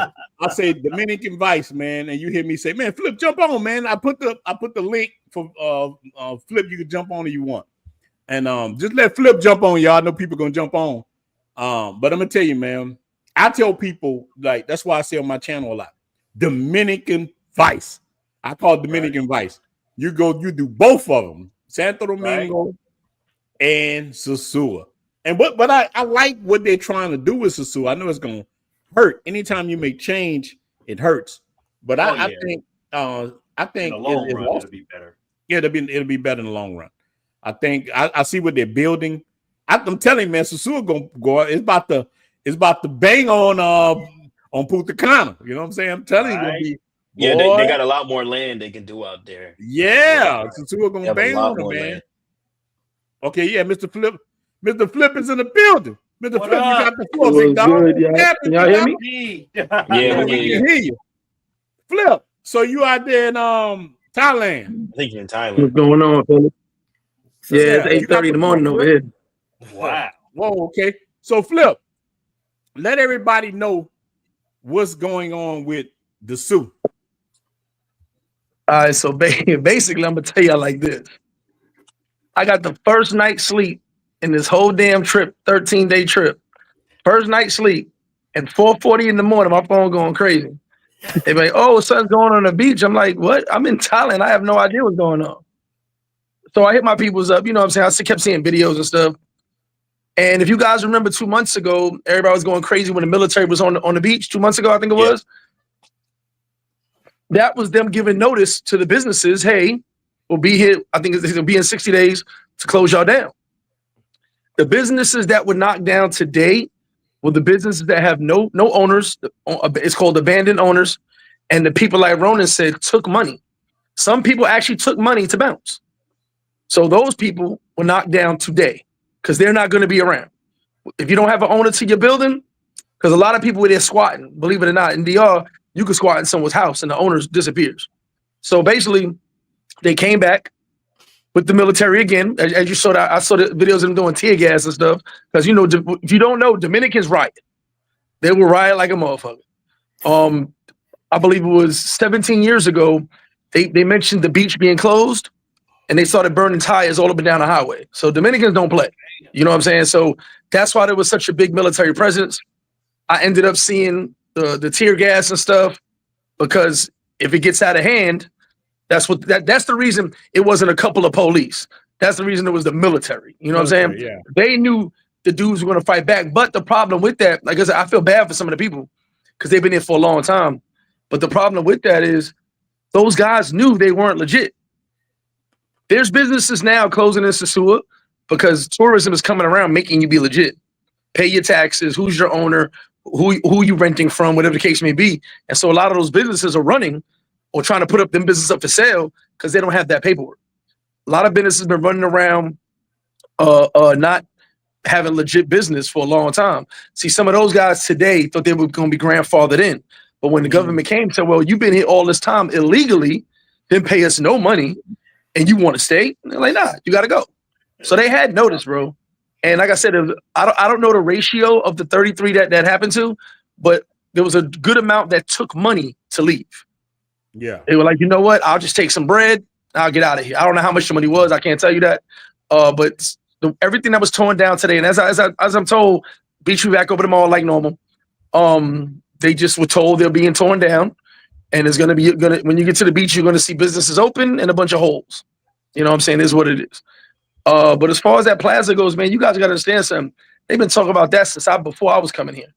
All right, I've been there going 18 years. Wow. I had a lady on Facebook tell me 20-something years. You know what I'm saying? So there's little small steps, small progress, but this also shows you how strong Sosua is. Because they don't talk about nothing else, but if something happens in Sosua, if someone stubs their pinky toe in Sosua, the world stops. You know what I'm saying? Yeah. So, I mean, honestly, I feel bad because, you know, those are people that have businesses for a long time. Yeah. But their businesses weren't legit, so the government had every right to kick them out. You know what I'm saying? Let me ask you this. So, Flip, why you think Sosua holds so much power in the travel space? It's a powerful place, man. And look, for it to be so small, it's powerful. Bruh, I only did that live this morning because I was like, I know my phone ain't gonna stop going off if I don't do that live. I gotta watch it. I don't know, man. And here's the thing. Me being in Sosua, me living there, that shit is like this. I'm like this with all that shit because I know it ain't nothing. It ain't a big deal. You know what I'm saying? Yeah. It happens, then it's over. And everybody forgets about it 2 days later. You know what I'm saying? Yeah. But for the people not there, I guess it seems like a big deal. And I'll go back 13 years when Classico first closed. So I'm in Sosua for about, I think I was there for a month. And I'm in my girl crib chilling. And the one night, I used to be in Classicos every night. The one night I wasn't in Classicos, the police ran in there and shut it down. Right? Wow. So my phone going, and this is before what? Now mind you, it's before WhatsApp. It's like you got Facebook Messenger and regular text messaging. I was living in Sosua when WhatsApp started. So I'm like, what's going on? Everybody, like, Classico closed. I'm like, what are you talking about? Like, I'm here down the block and I don't know what y'all talking about. And then I go outside, kind of find out police ran up in Classicos. They closed it. That was 13 years ago. And I was like, damn, why everybody so panicking, bro? As far as I'm told, Classicos opened in 2 days. It was some paperwork, whatever the case may be. But dudes were canceling their trips when they heard Classico close. Mind you, it was closed for 2 days exactly and opened right back up. And people canceled their trips. I was like, thinking about it now, I'm like, damn, it was powerful back then. Yeah. And this wasn't even internet heavy. People would just text message, oh my God, Classico closed. So now the internet, you can imagine how crazy it is. Do I understand why it's so powerful? No, but I get it because we could talk about Colombia, we could talk about Brazil, we could talk about Thailand. If things like that happen, it was like, oh, okay, that's crazy. And everybody moves on. But when it gets to Sosua, people are ready to, oh my God, my kids, you know what I'm saying? Like, go hug your kids. What are you talking about? You know what I mean? No, but Flip, you gotta admit, more people start their YouTube channels in Sosua than anywhere else. Everybody comes from Sosua. Oh, yeah. And if you didn't start there, you go to Sosua to boost it up. Yeah. Sosua is trending, bro. Listen, I don't care what no one says. I've done videos all around the world. And the number one video I've ever had, and most people's number one videos, is Sosua. Jay, what I told you?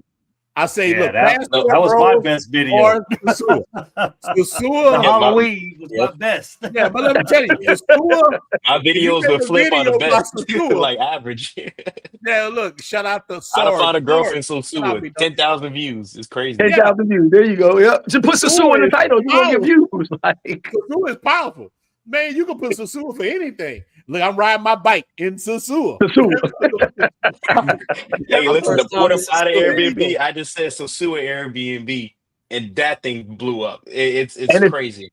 If you'd have put porta platter, you would have got no views. They'd be like, I don't care about that. I posted it twice, and I just changed it the second time to Sosua, and I got like 6,000 more views. It was like, this is crazy, bro. Right. Yeah, I mean, but Sosua gonna be fine, man. Marcus gonna be fine. Marcus, when he went viral in Sosua, he tried to repeat that when he went to Nairobi, Kenya. He was like, man, that Nairobi, Kenya didn't get no views hardly, man. Yeah. But he put the same. Nobody cares.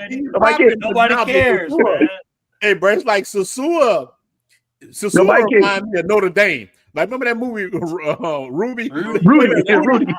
Little guy, but nobody could beat him. That's Sosua. Sosua is that's the best analogy right there. It's that place, man. Like I tell people all the time, I've never witnessed a brotherhood like we got in Sosua. Oh, shit. I mean, Sosua got the best brother. Look, I was in Santo Domingo 2 years before I went to Sosua. But when I went to Sosua, it was nothing like I ever seen in my life. It was awesome. Everybody was cool. If you wanted to grab something and go jug in it, you could. Yeah. But I had more fun. Look, Flip.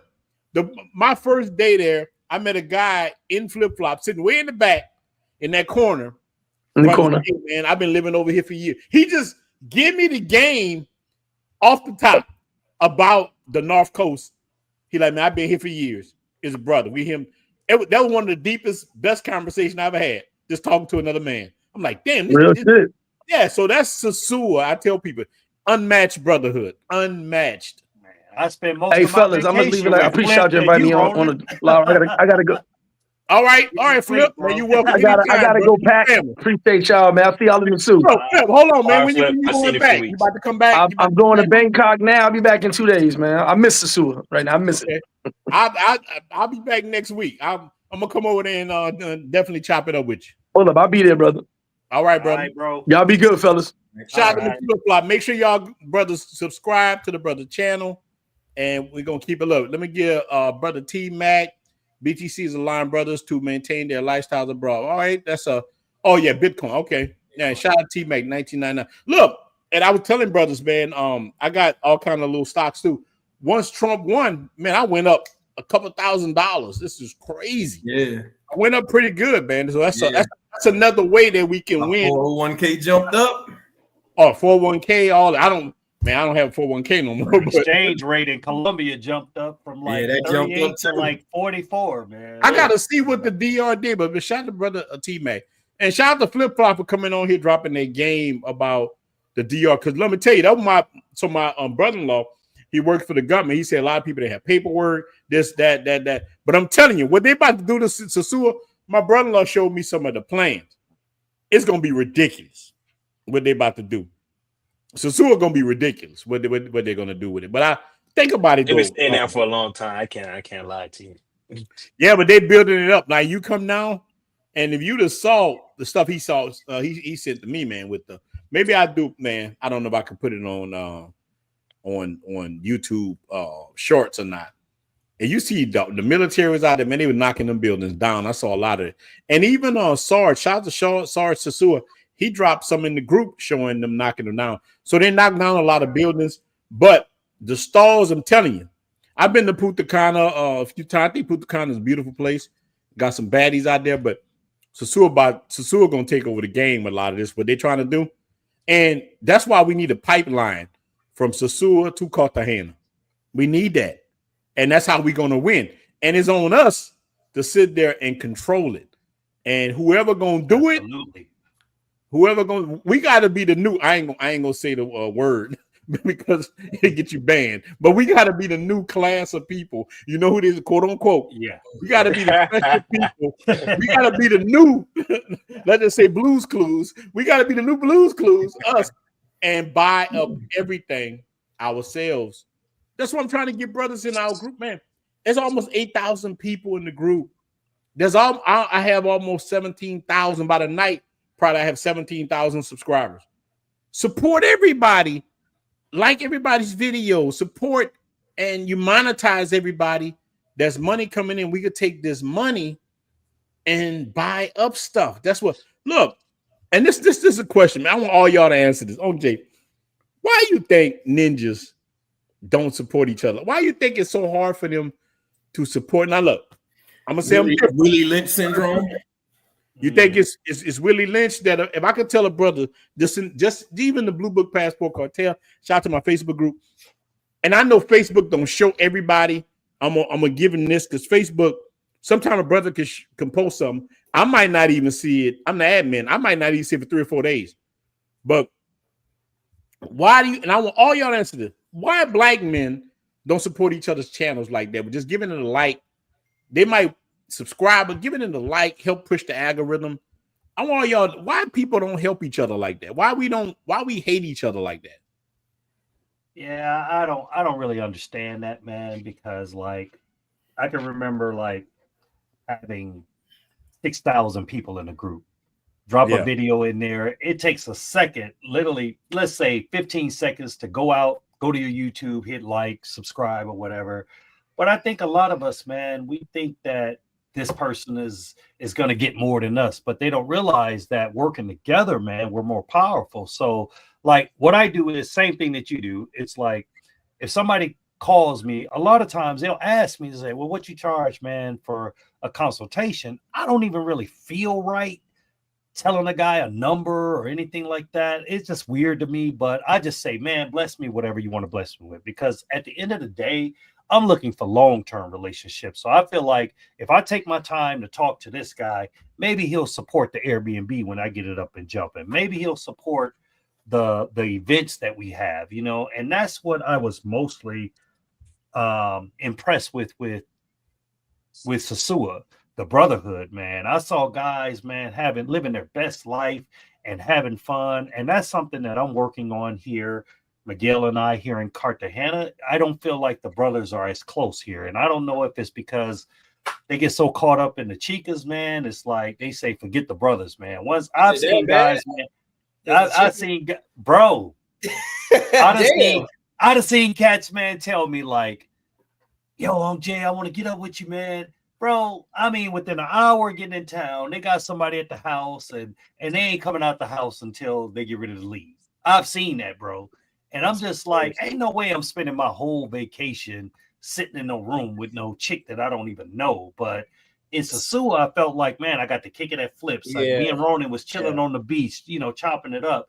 You know, all that other stuff is going to be there. But we're very powerful together, man. And imagine, like Ronin, I mean, I think he said a couple times that if you look at, say, 17,000 people that he has and the thousands that I have and Miguel and Cam or whatever, man, you put in $100 or $250 a piece, man, we can start buying up our own spots or whatever, you know. So, and right now, like I said, where my Airbnb, all the neighbors are trying to sell me their Airbnb. So, you know, I could turn fellas on, you know what I'm saying? But a lot of guys, they think that, oh, this guy's gonna rob them or whatever. And I tell cats, man, look, my reputation is all I got. You know what I'm saying? If you rob one person, I ain't trying to be like Dr. Umar and never build that school. You know what I'm saying? like I'm seriously, like, once that word gets out, you trash. You know what I'm saying? So for me, it's not even worth me taking your money if I know that we can't make something happen with it, you know? But like I said, I swear if we stick together, man, I mean, I'll give you an example. Guys, if I'm going to a foreign country, right, I'm going to try to get up with people that's already there, boots on the ground, Americans. Because I can tell you this, and it's no disrespect to any other race or nationality or whatever, but I can tell you this, most of the time, well, I'd say 100% of the time, they're giving you that serious upcharge. You know what I'm saying? Whereas we're not really doing that. You know, I know guys paying $200 and $300 just to get walked around. And they could have called me and blessed me with $25 or $30, and I'm gonna make sure they get everywhere they gotta go. And you know, because I'm not really in it for the money. Damn, on Jay, just to get walked around though, just to get walked around, bro. Yes. I swear. Yes, I swear. Yes, I ain't because what it is, man. A lot of guys no hate on nobody's hustle. No hate, man. Hey, they do their business or whatever. Matter of fact, some of the guys I even told them, hey, man, I don't want to take people around. I'll feed them to you. That's not really my thing. But at the end of the day, man, a lot of people want to drive you by fear.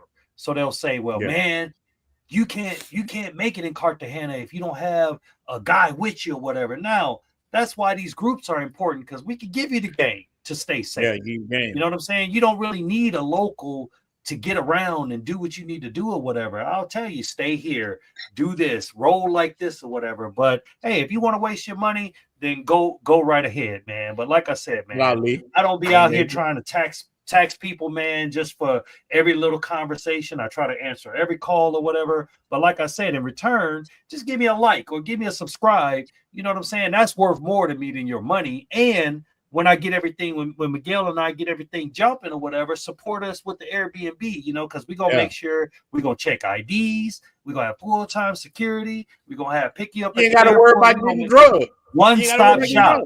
Yeah, the chick ain't going to be able to lead a spot until you come out. So, Jay, you're saying if this ninja knocked out in the room, he ain't losing nothing. If she got his laptop, she got his stuff, you got security to stop her. I'm going to make sure that he got a good nice when she comes out, if he's not with her, we going back in that room before she can get out. Real talk. You know, because I'm all for looking out for the brothers, man. But I done heard cases where this guy, you've been hanging around him all weekend, and this is not nobody in Cartagena, so I don't want nobody thinking I'm taking a shot at somebody in Cartagena. But this happened in Medellin, where the guy's friend, or he thought he was his friend, was the one that took him to get robbed. You know. So at the end of the day, man, you are a lick as far as for most of these people. Now, Danger to hook up, he's a good guy. Some other cats, stay real good or whatever. But, you know, like I said, man, I'm going to make sure I get the information out. You know, all you got to do is just ask, man. We get questions all the time in the WhatsApp group. Where's to get Airbnb to stay in? Where should I go? How should I stay safe? You know what I'm saying? And every time somebody do something stupid on camera, I'm putting it out there, bro. Guy almost got his chain snatched. You know, and he out there acting like he big and bad or whatever, bro. All that dude had to do was just come circle the block, and he could have popped him right there over a chain. Yeah, you know. So just respect where you at. You wouldn't do that. You wouldn't do that in Chicago or Philly or New York. In certain you ain't places, doing that in New Orleans, big dog. You gonna get your head cracked. Uptown, shit, man. Come on, bro. Anywhere So you at, any urban area you at, whether it's Cartagena, New Orleans, or wherever you at, cats can get in your business. All you need to do, man, respect yourself and respect the culture, man. One thing I always do, and man, I went to Mexico City a couple of years ago, this right before COVID. Right. And bro, I was overwhelmed.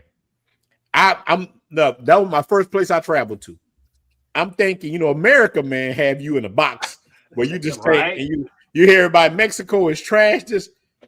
I went to Mexico City. It was the biggest city I've been in my life. It was millions of. It's bigger than New York. It makes New York look like he's in a box. Look, man, I was culture shocked.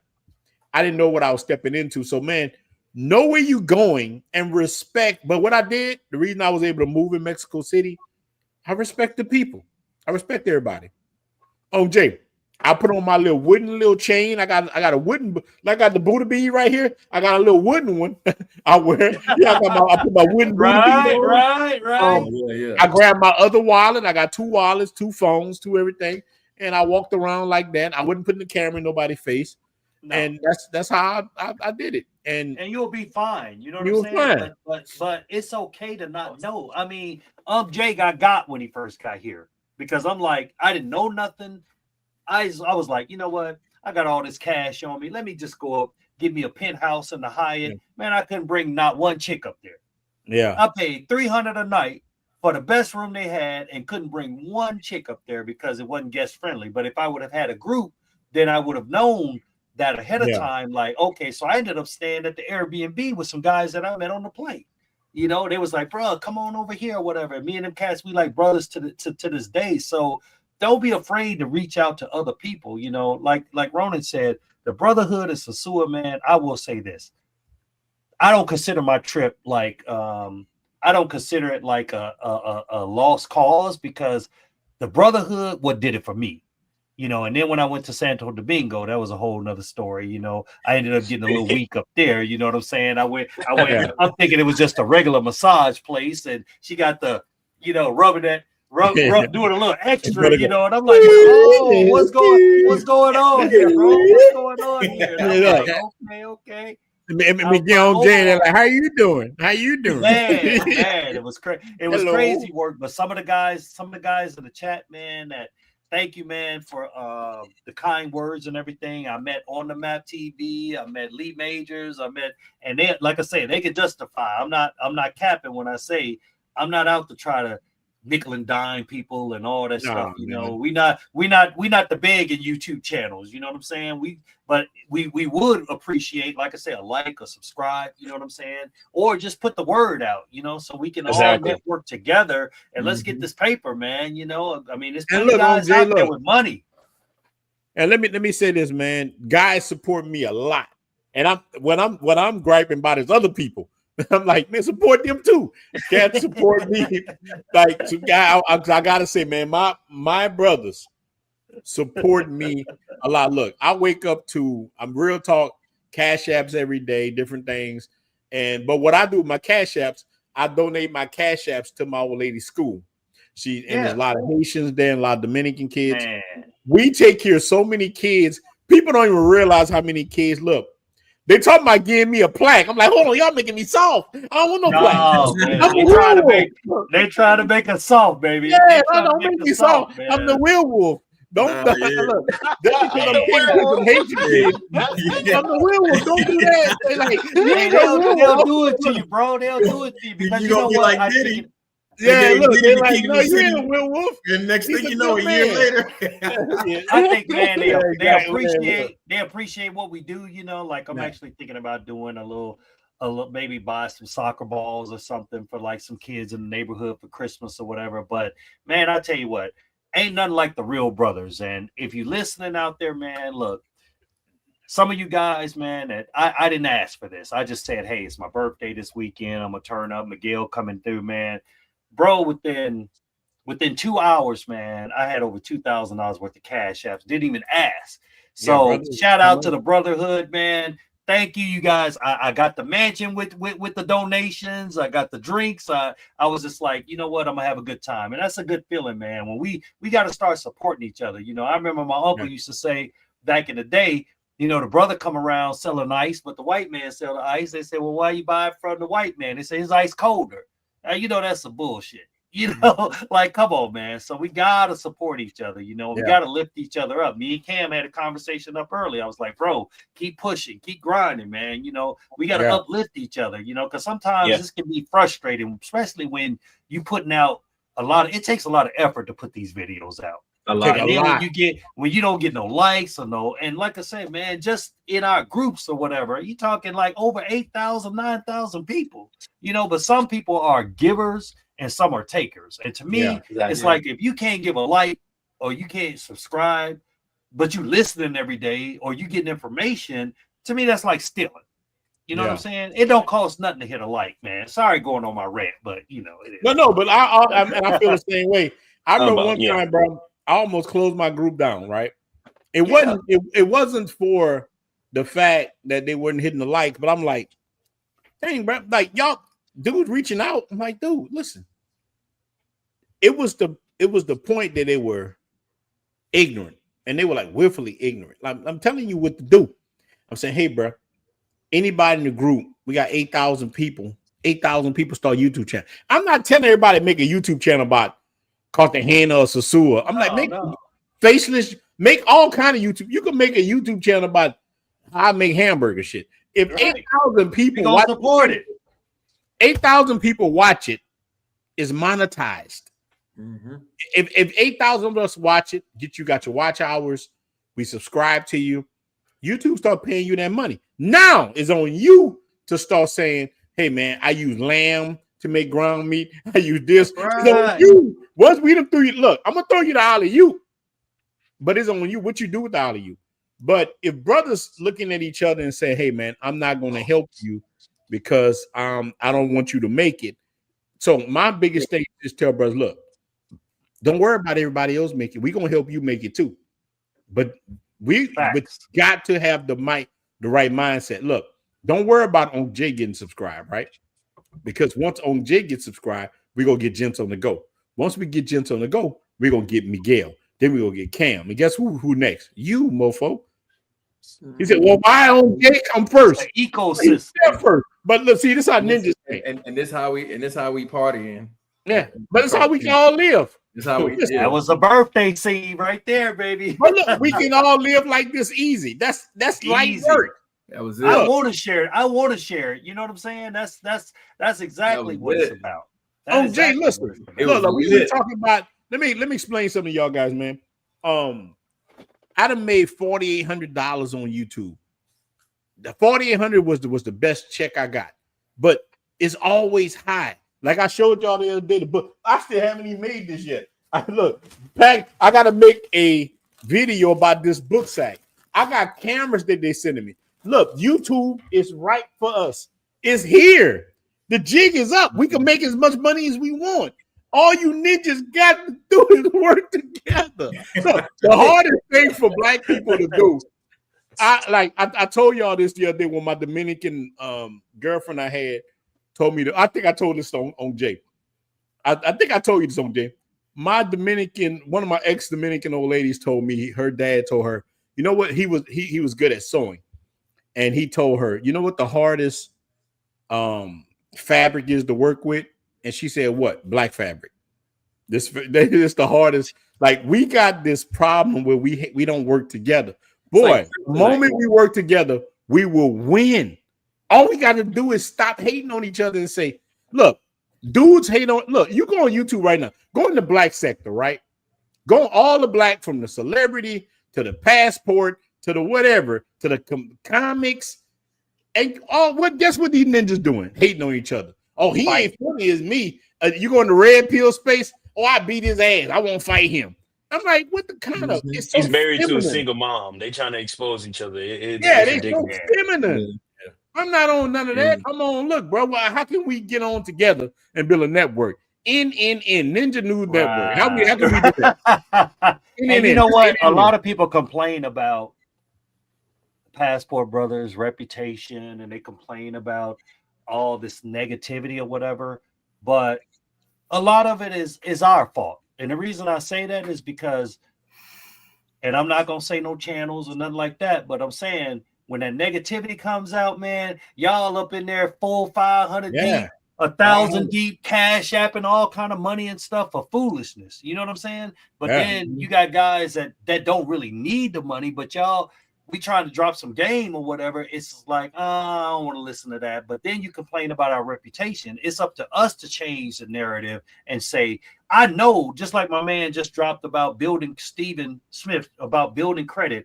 I dropped a question in my chat. Hey, anybody know how to rebuild credit? And a bunch of guys thought, I know how to do this. Or guys that's investment. It's some heavy hitters out here in the travel world. But we got to be able to get them in one space. And the way we get them in one space is we have to support so that the guy who has the platform has the motivation to keep going, you know, and that's how you get motivated when guys actually like, subscribe, and they'll pass the information off to other people. So we all more powerful together, you know. Well, that's why I did that, man. Look, from the jump, I took my subscribers and I said, hey, you know, I'm opening my platform up to any brothers that want to get on, because I heard, and you know what made me do that? I heard another YouTuber, he in travel space. He said, I am not doing nothing for nobody. And I just heard him say that, and it made me be the opposite. And we had the same amount of subscribers. I'm like, wow. But I understood why he said it, but it made me feel different. I'm not like that. I've always, that might be a sore spot for me, but I always want to see other men win. I just want to see us win.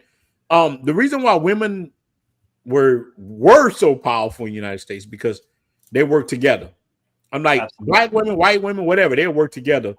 And feminism was first.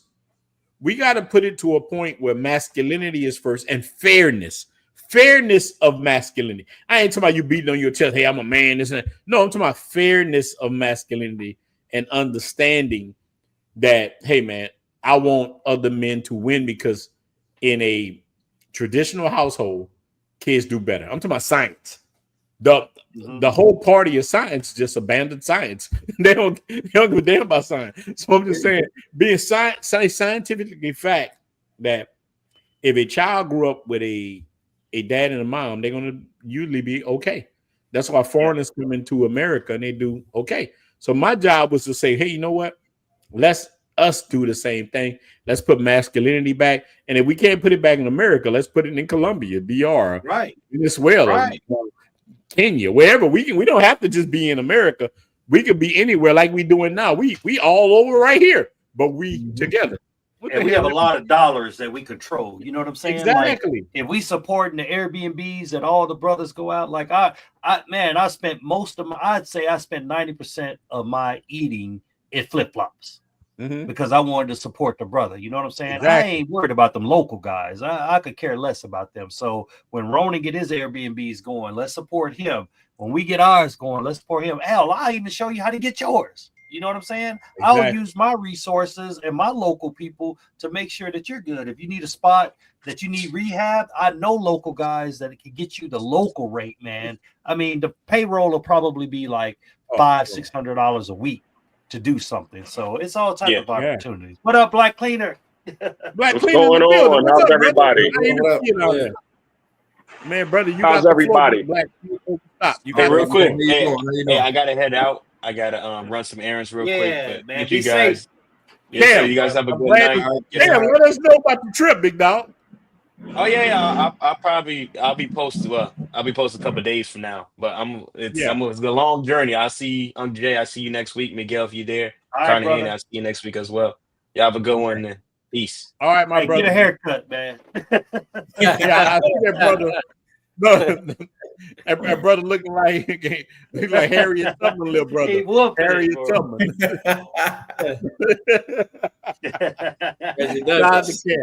Every time Cam go on a trip, he don't cut his hair. He want to blend in.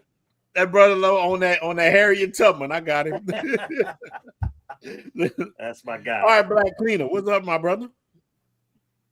Ain't nothing was going on with you all, fam. I just got on here. I saw the topic going broke overseas, so I definitely had to chime in on that one. Yes, sir. You got the floor, big dog.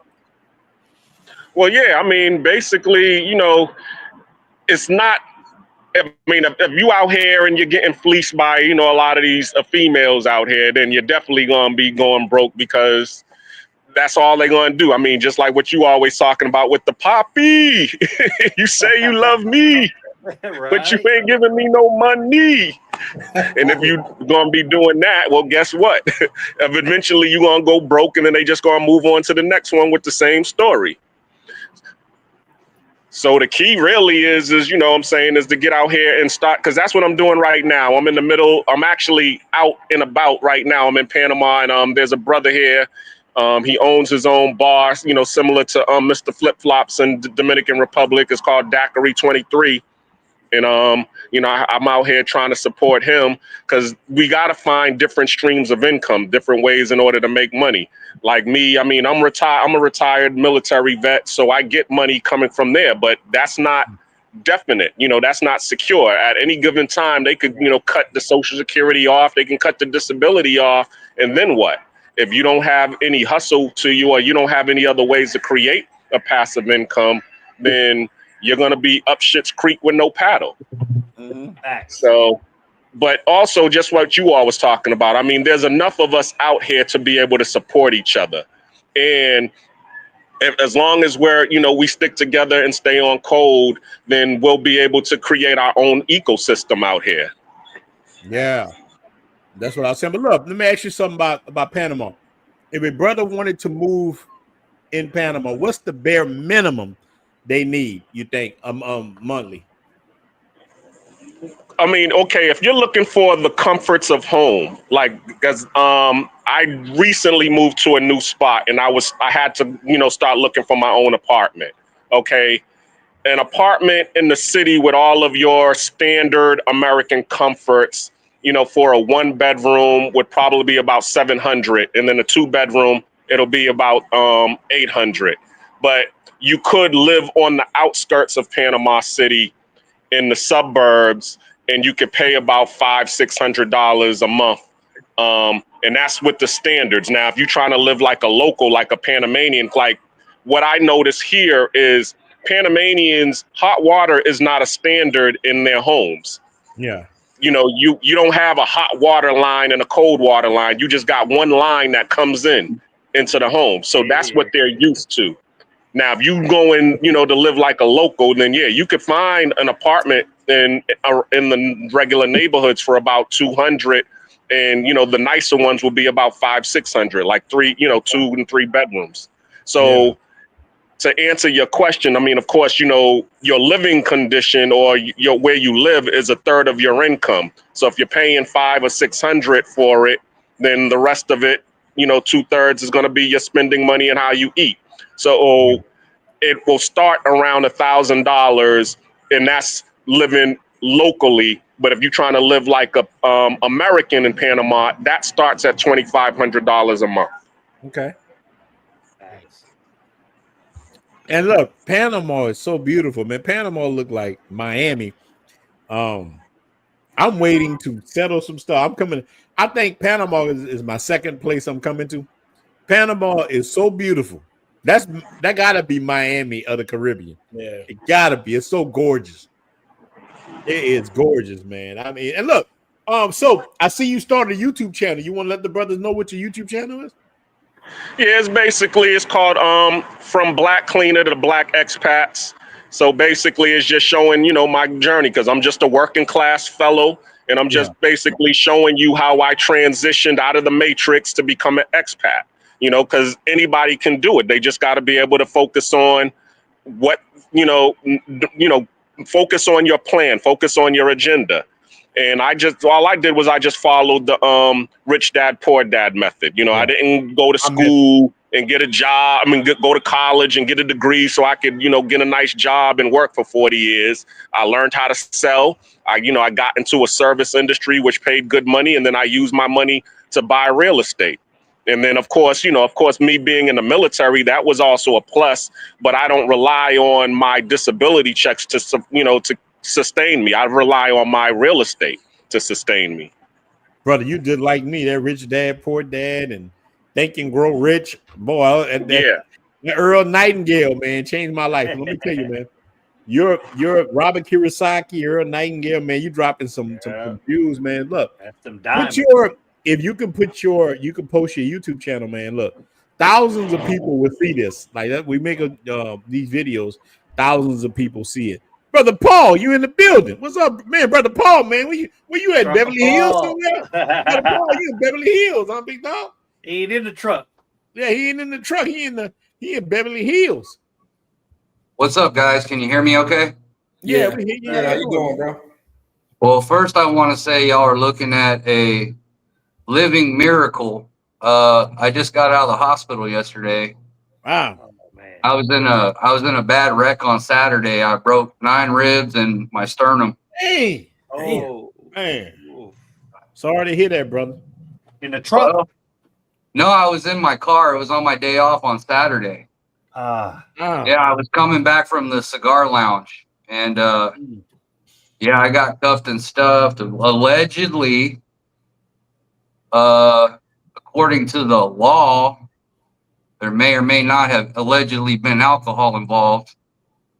So, had to get the lawyers involved. So, dealing with a case at the moment.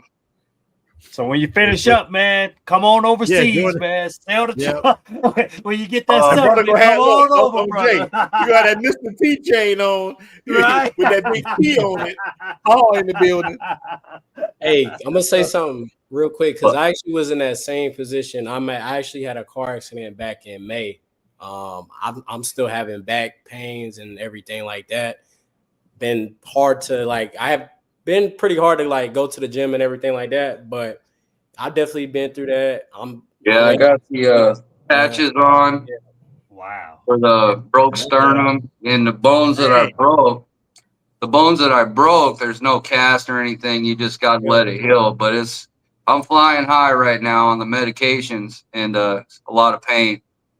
But back to the subject, I got to echo what Black Cleaner just said, and I'll speak on my knowledge of living in Mexico for 2 years.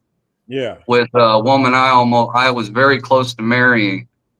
She was a former model. She had her own TV show, college educated psychologist, good woman by all means. But over time, she's right there on that border of the U.S. So that feminism crept down into the South, and she caught a bad case of it. And so, long story short, that ended that. But living wise, I want to say a lot of what Black Cleaner said is I had to adapt very quickly and make decisions based on my income, because you find out how American do you want to live? Your food, right? You can get a house with air conditioning, hot water, in a beautiful area that you're used to, like America, with American food, all of that you can cook at home and restaurants. But it's going to be on the higher end of the spectrum as far as your income goes. You're going to catch a lot less of a discount versus the more local you live, things you can go without, whether what you're eating, what you're spending your money on, where you're shopping at, like at local produce instead of big grocery stores, things like that, can cut your bills down drastically. And like what you guys were saying earlier about having a right-hand man or a local chica that can do a lot of your wheeling and dealing. She knows where to go to cut on your electricity, your internet, your cell phone, who to go to. She has her cousin that can come hook up your cable for free. You know what I'm saying? That kind of stuff. Yeah. So, all of that included. So I would say the price ranges, at least where I was at in Mexico. I mean, I had a 2-story beautiful home that she still owns to this day because I helped her buy it.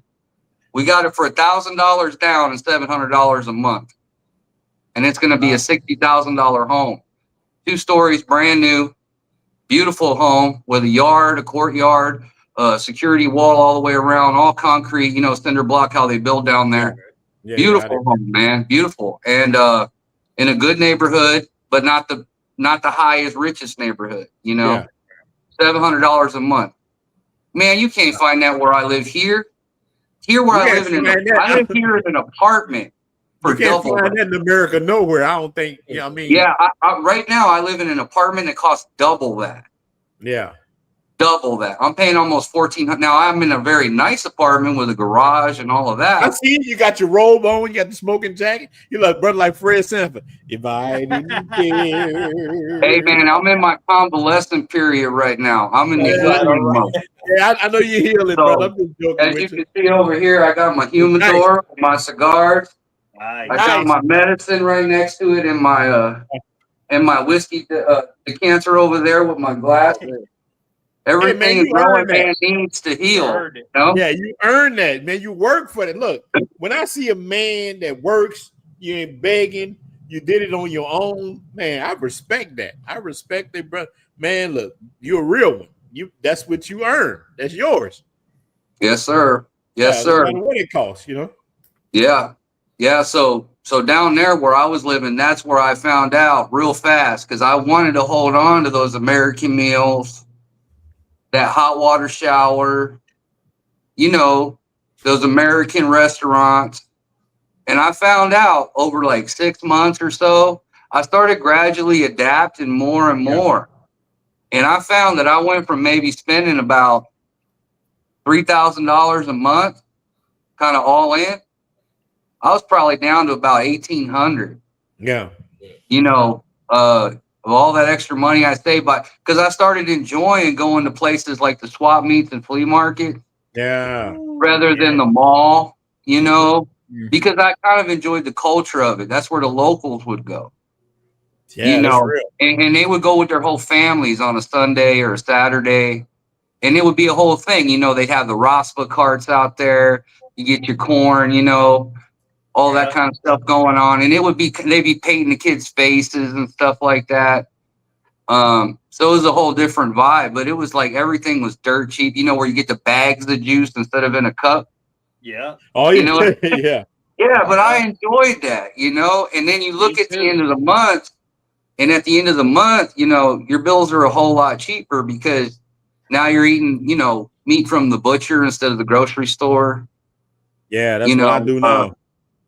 Yeah, she's cooking a lot more. I'm trusting her food more and more. The local stuff. I'm starting to develop my taste for it instead of just wanting a hamburger all the time and French fries. You know, it takes a little while, depending. And I'm a real picky eater. And see, nobody talks about that. A lot of guys eat everything out of house and home, right? Me, I had a very hard time because I'm like a meat and potatoes guy. I don't like a lot of vegetables. I like my chicken fried steak and my mashed potatoes, and I like my ribeye steaks, and I like my Tex-Mex, right, because of where I live. You know, my cheese enchiladas and my rice and beans and stuff, and I like them how I like them. And going down there, or any of these countries, it's a culture shock. It's very different food. And so if you're picky, you know, some of these countries got some crazy shit. They'll come out with like, you know, goat heads on a plate and shit crazy. Oh yeah, you know? that's real. No, I tell people they're all looking at it like ready to eat, and they're looking at you like, why aren't you salivating? And I'm ready to throw up. But you don't want to offend nobody. It's a very awkward position. You tried the lingua tacos yet? Oh, the tongue tacos? No, man. I couldn't do it, man. They love this stuff. I lived in Mexico for 5 years, and I just couldn't do it, man.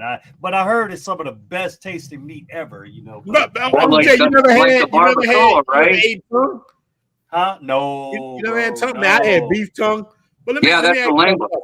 Yeah, no Rocky Mountain oysters, none of that. I can't. No, well, also too the barbacoa, which is like the cow face, like the cheeks and stuff. Yeah, the barbacoa. You eat that stuff, man. Look, let me tell y'all something.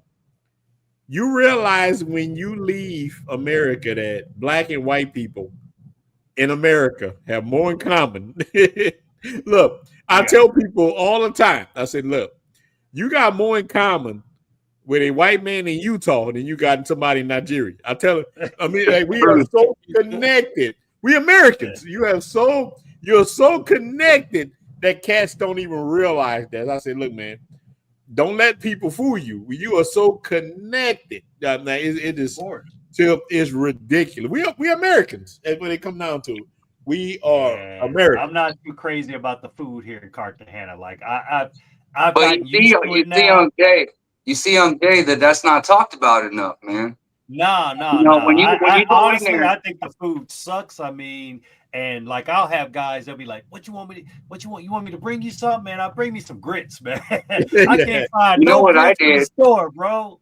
You know what I did was I found like the one thing that I really liked, and this is a Mexico thing, may not work over there, obviously, but I found, but it could work in any country where you find out one thing you really dig. Maybe you dig empanadas, or maybe you dig rice and beans. For me, I really fell in love with the asada street tacos. Oh yeah, that's good. Oh my God, that's you know what I mean. You know what I'm talking about. You don't know about the health codes. Like the health codes are probably not followed. It's probably made out of cats and dogs, but I don't care. You know, Mexico got the best street tacos I ever had. And so what I would do is I would get 3 of them for a couple hundred pesos, and then I would end up at somebody's house. They're like, "Are you hungry?" I'm like, "I'm good," because I done had some tacos. Yeah, and they're fine with that. You know? Carne asada, man, or them El Pastor if you like pork. El Pastor, that's my favorite. That's my favorite. The El Pastor. If you like pork, that's your jam. Yeah. Me, I like the asada. Man, the street man. Oh, man. And so what would happen is I would live on that shit because I was so picky and afraid. But eventually, I tried little by little different things, and I found enough to get me through a week or two. You know, a lot of it the meat, right? And then with the meat, you can always pair it with the rice and beans. Like you can't go wrong with the rice and beans. Like everybody likes the rice. I can't deal with that mole. That's what I'm saying. Mole. I didn't like the mole. You can't live in Dominican Republic without eating rice and beans. Look, my old lady or my mother-in-law make rice and beans every day, and that shit is delicious. Look, you know what? Every day it tastes like that shit is my first time ever eating.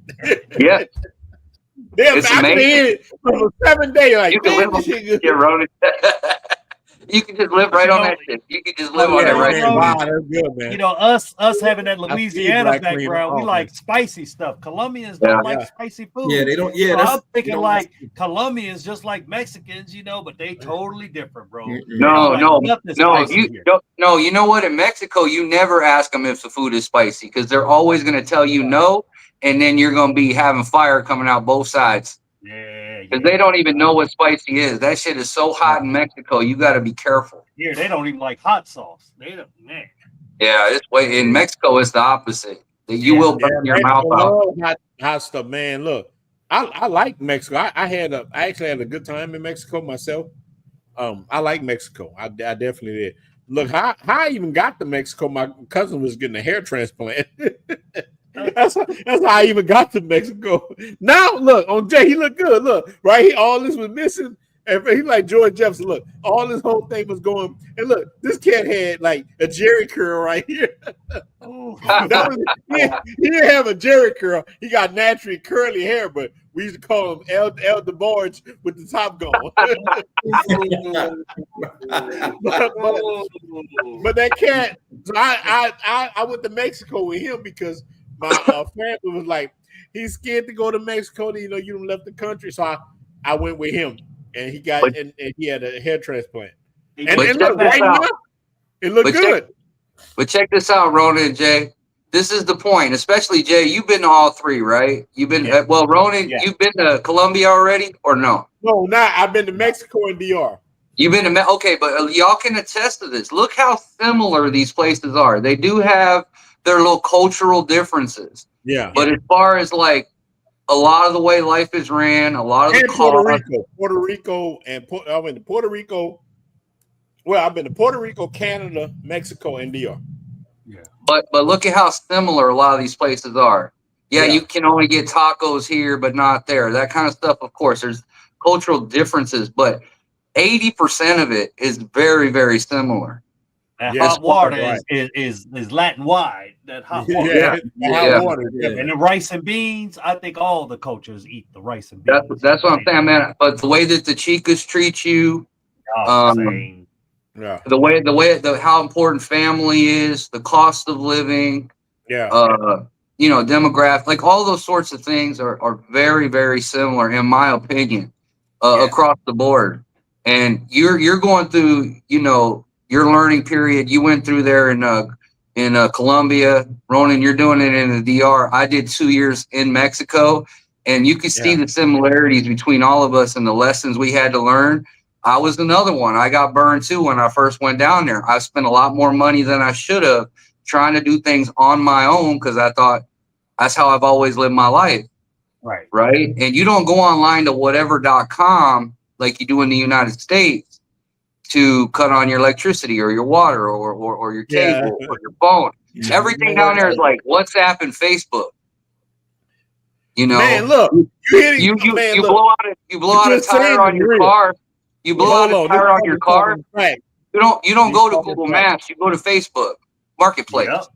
Yeah. Right. It's very, very different. It's just a whole. And I'm sitting there scratching my head. So I'm just supposed to go to like Jose down the road there and trust him. Yeah. You know, like I know more about cars than my dad was a master mechanic. But my problem is, I rebuild cars for fun. My problem is like inventory, like getting a hold of parts and stuff. So you got to trust these people with stuff, you know. But it's very weird when they tell you like they ain't even got a garage. You just parked the car in front of their house. You found them on Facebook. It feels very sketchy. But these dudes got like lots of customers. But you're getting in that American mindset. You know, you're like, man, am I getting robbed right now? Am I getting scammed? No, man. Then he's got his son over there pulling a whole motor out of car, doing a replacement for like $300. You got to add it local. You're talking facts. You got to add it local hooked up. And shout out to my best friend in the building. It might look funny, right? It might look funny like you're getting robbed. But you know how much a motor replacement costs down there at the Firestone in America? Like $5-6 grand. You're done. You get it done down there for like $500.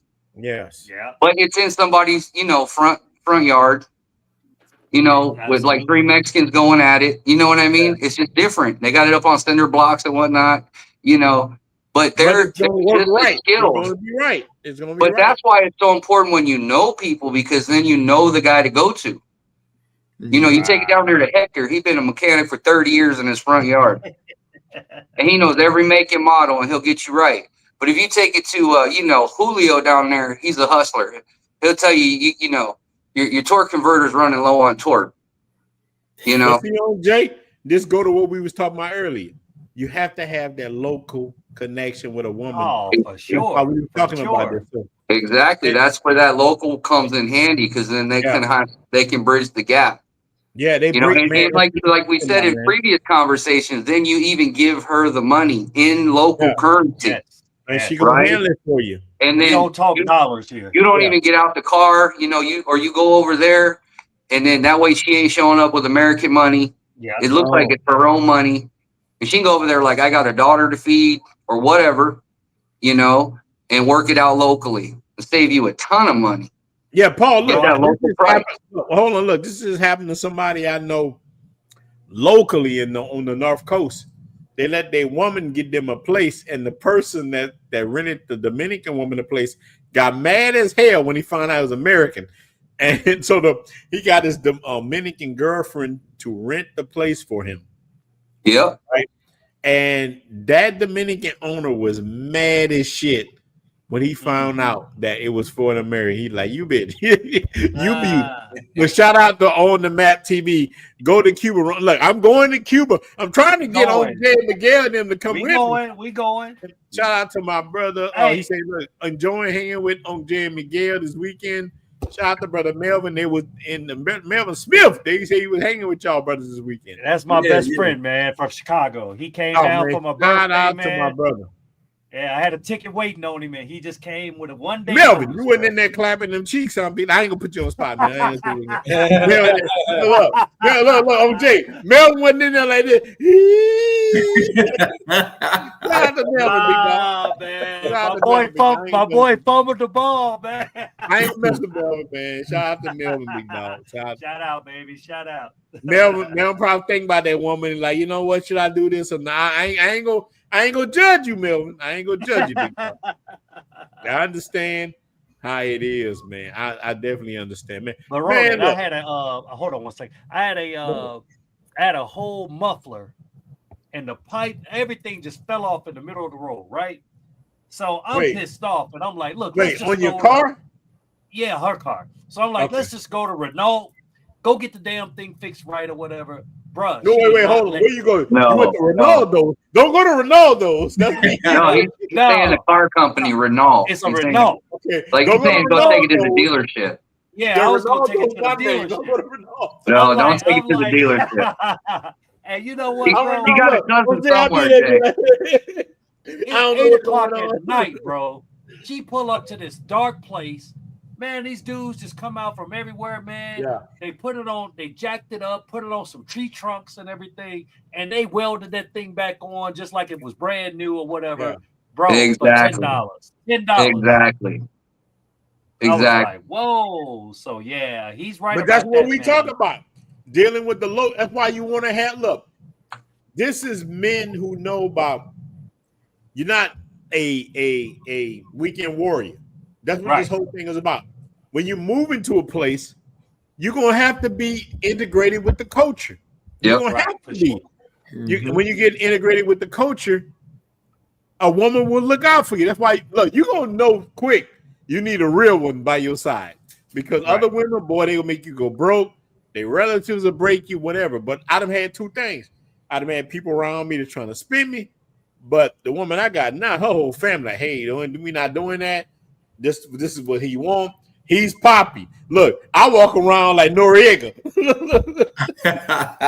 Look, OJ, I got a dead parrot, right? I got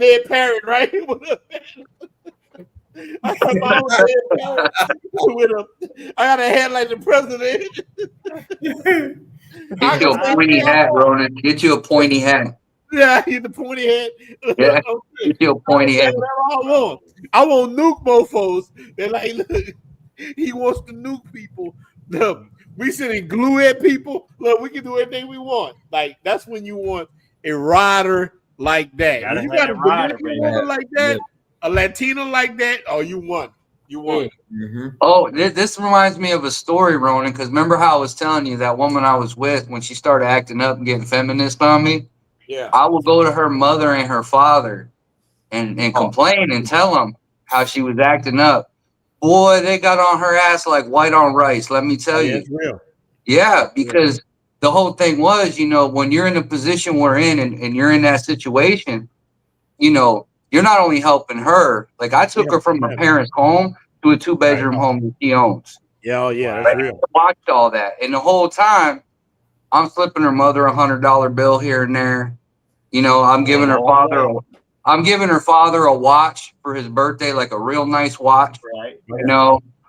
Things like that, right? Or I'm bringing him like a very, very nice bottle of whiskey. Like a $150 bottle of whiskey that he could just sit out there and his friends can look at when they come through. And so I had a very tight relationship, and the parents were married like 40 years. Yeah. Wow. Super old school, super Catholic, that kind of thing. Yeah. And I'm telling them, like, I tell her something, she don't listen. And her mother starts rolling her eyes and the thing is anytime you talk to her mother, you got to stop her from cleaning. She's cleaning something. Oh, yeah, always. She's mopping the floor. She's scrubbing the damn stove. Like, and I got to tap her on her shoulder and say, can I talk to you? She's just always cleaning. Smells like alcohol and bleach around her all day long. Yeah. Fabuloso. You know that Fabuloso? That she just Fabuloso. Oh, yes, my God. that purple one. That purple one. And you know what? You know what? It was a running joke with my girl because I would tell her, man, if your mom was like 30 years younger, let me tell you, right? I would say she would get so heated. She would get so heated because she thought like I really wanted her mom. But what I was trying to get through to that woman was like, I need you to have her values. Right. Because her values in you, I will lay down and die for you. Mhm. That's what I would tell that woman. And this was the honest to God truth. If this woman had her mother's values inside of her, I would have gave my last breath for that woman. But she didn't. She didn't. In the end, she got selfish. Went and got that damn BBL. Oh, I understand. What I'm saying is, look, what I'm saying is I like the natural thing, but the whole thing was that she got that kind of herd mentality, like, like where she was looking at herself in the mirror. She started posting on Instagram. All that attention. Caring about what other people thought instead of her man. Like, she started catching all of them damn viruses. and it caught into a snowball. And so we went through that period where I would go to her folks because I was trying to save things and get on back on track. And that's what I'm trying to say. Like what you were saying, Ronan, you walk around like you're the king, you're the grand poobah of the family. That's where they do put you, because you're not only supporting their daughter and any children that might be involved, if there are children, but you're helping out her brothers and sisters, her parents. Yeah, a lot of people. Somebody dies, you pitch in a few $100s for the funeral, you know, or somebody's sick in the hospital and they're collecting money because they ain't got no welfare programs over there. Somebody goes in the hospital, everybody's like calling the whole family, throwing, you know, 1,000 pesos, 1,500 pesos. And here I am throwing in like 5,000 pesos. Yeah. They remember that shit in a year. They remember it. Yeah, you know what I mean? Right. When you're constantly being there for them and they know you're a good, solid dude like that, boy, they tear into her ass like nobody's business. But instead, it backfired on me, you know? It ended up in the end, she was not appreciating that shit. So instead of her coming around. I got a question for Paul. So we talked about this before. Like, so would you recommend bringing a woman back to the United States? Consider you know what you went through. You know what I said last time, Jay. It's absolutely not. No, hell no. It's absolutely not. For so many reasons. Now, what I would say is I have a little more hope now over recent events in the United States. Maybe in like 10 years or something, some laws can change. Right. I would Mike. And become more fair. Now, if that were to happen, to where laws got out of the way for men, you know, with family court, with divorce, and all these sorts of things, then I might consider it. But as things are today, absolutely not. It is next to a death sentence. I agree 100%. She could be a great woman, like the greatest woman, but she can get infected so quickly. Look what happened to mine, and I didn't even bring her back. She was just on the other side. Yeah. That shit spread across the river. That damn fucking Rio Grande didn't hold up for me worth of shit. And I think the internet is making it. That's what I'm like saying. One of the things that I saw in Dominican Republic when I went there, I'm like, now these chicks can grow hair down to their butt if they want to, but they think it's cool because of the American chicks to wear the wigs and the eyelashes. And they do that little baby hair curls right here on the side. Oh my god! Yeah. Don't even go near them, bro. They're starting to take on. And let's even talk about the eyelashes, man. Oh yeah, the umbrellas. Yeah. The umbrellas. Hold on, you got to understand what their market is. These women, these business women, their market is to black men who coming over there, or white men used to dealing with these type of chicks. Like my old lady has hair to her butt and straight, never wore a wig or nothing. She got hair like Paul. she got that good hair. You know, she got hair to the back. Hey man, you gotta watch what you're saying, bro. You gotta watch I ain't gonna dish it. Wait, hold on, wait. Look, I ain't gonna. You tell me your girl's bald headed? Is that what you're trying to say? No, she got that straight hair like you got. Look, mine a little wavy, but look, Jay, look, it's starting to thin a little bit. But I'm gonna be I'm gonna be in Mexico. Look, I'm going to. You need to go get one of them transplants like Ronan's buddy did. I gotta go get one of them transplants.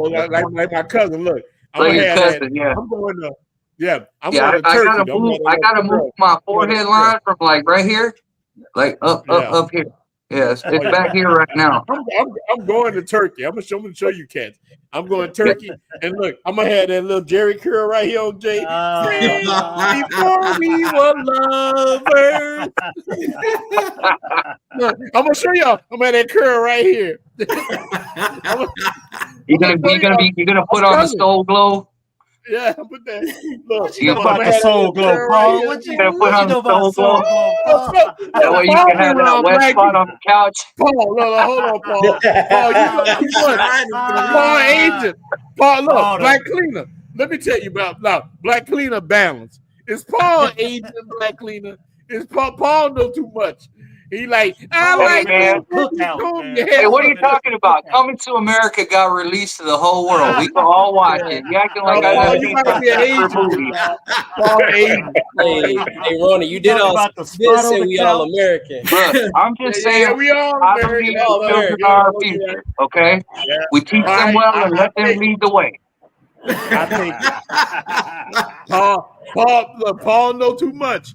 Paul know too Oh, much. have been some cookouts, man. He done been We can just go down to McDonald's and get us a burger. You know, Oh, see, you know Right. too much, man. You just let yourself go. yeah. You We'll know, We'll go get some of that soul glow. Paul been in the game. Then Paul what they been in the say? game. Your royal penis is clean, Your Highness. Yeah, there you go. Paul That's know it right too there. much. You like that? Yeah, we get that all the time, man. Guys like, Oh. man, I want to bring her back to the States. Like, why? Why? No, You man. know what I'm saying? I got a partner here, man. He's married to a Colombian chick, got 2 kids. But hold on, Jay. Look, You know- shout out to my brother Derek B for the cervezas. Cervezas. $10. Yes, sir. Shout $10 out. I don't have super chat. cervezas, big dog, but I got a little bit more. Yes, Black. sir. Yeah. But he's sending that chick $500 a month, and her family is happy as Yeah, whatever. hell yeah. And he stay in the States, but he come over here, see his wife every like couple months at a time, go back hustle, come back, leave him where they at. I feel like I got one of the best chicks ever. Well, But another I'll thing not you got let to her think come back about. to the States. Another thing you got to think about too, Jay, and all the people listening and watching. That's not to do with money, but when you're in that situation for real with your lady, it's a very different culture there, Mexico, DR, where it's super tight, family oriented. Now, when I speak on Mexico, because that's what I know, let me tell you, on Sunday, if you don't show up to mama's house, it's like a search warrant gets put out for you. Okay. Oh, yeah.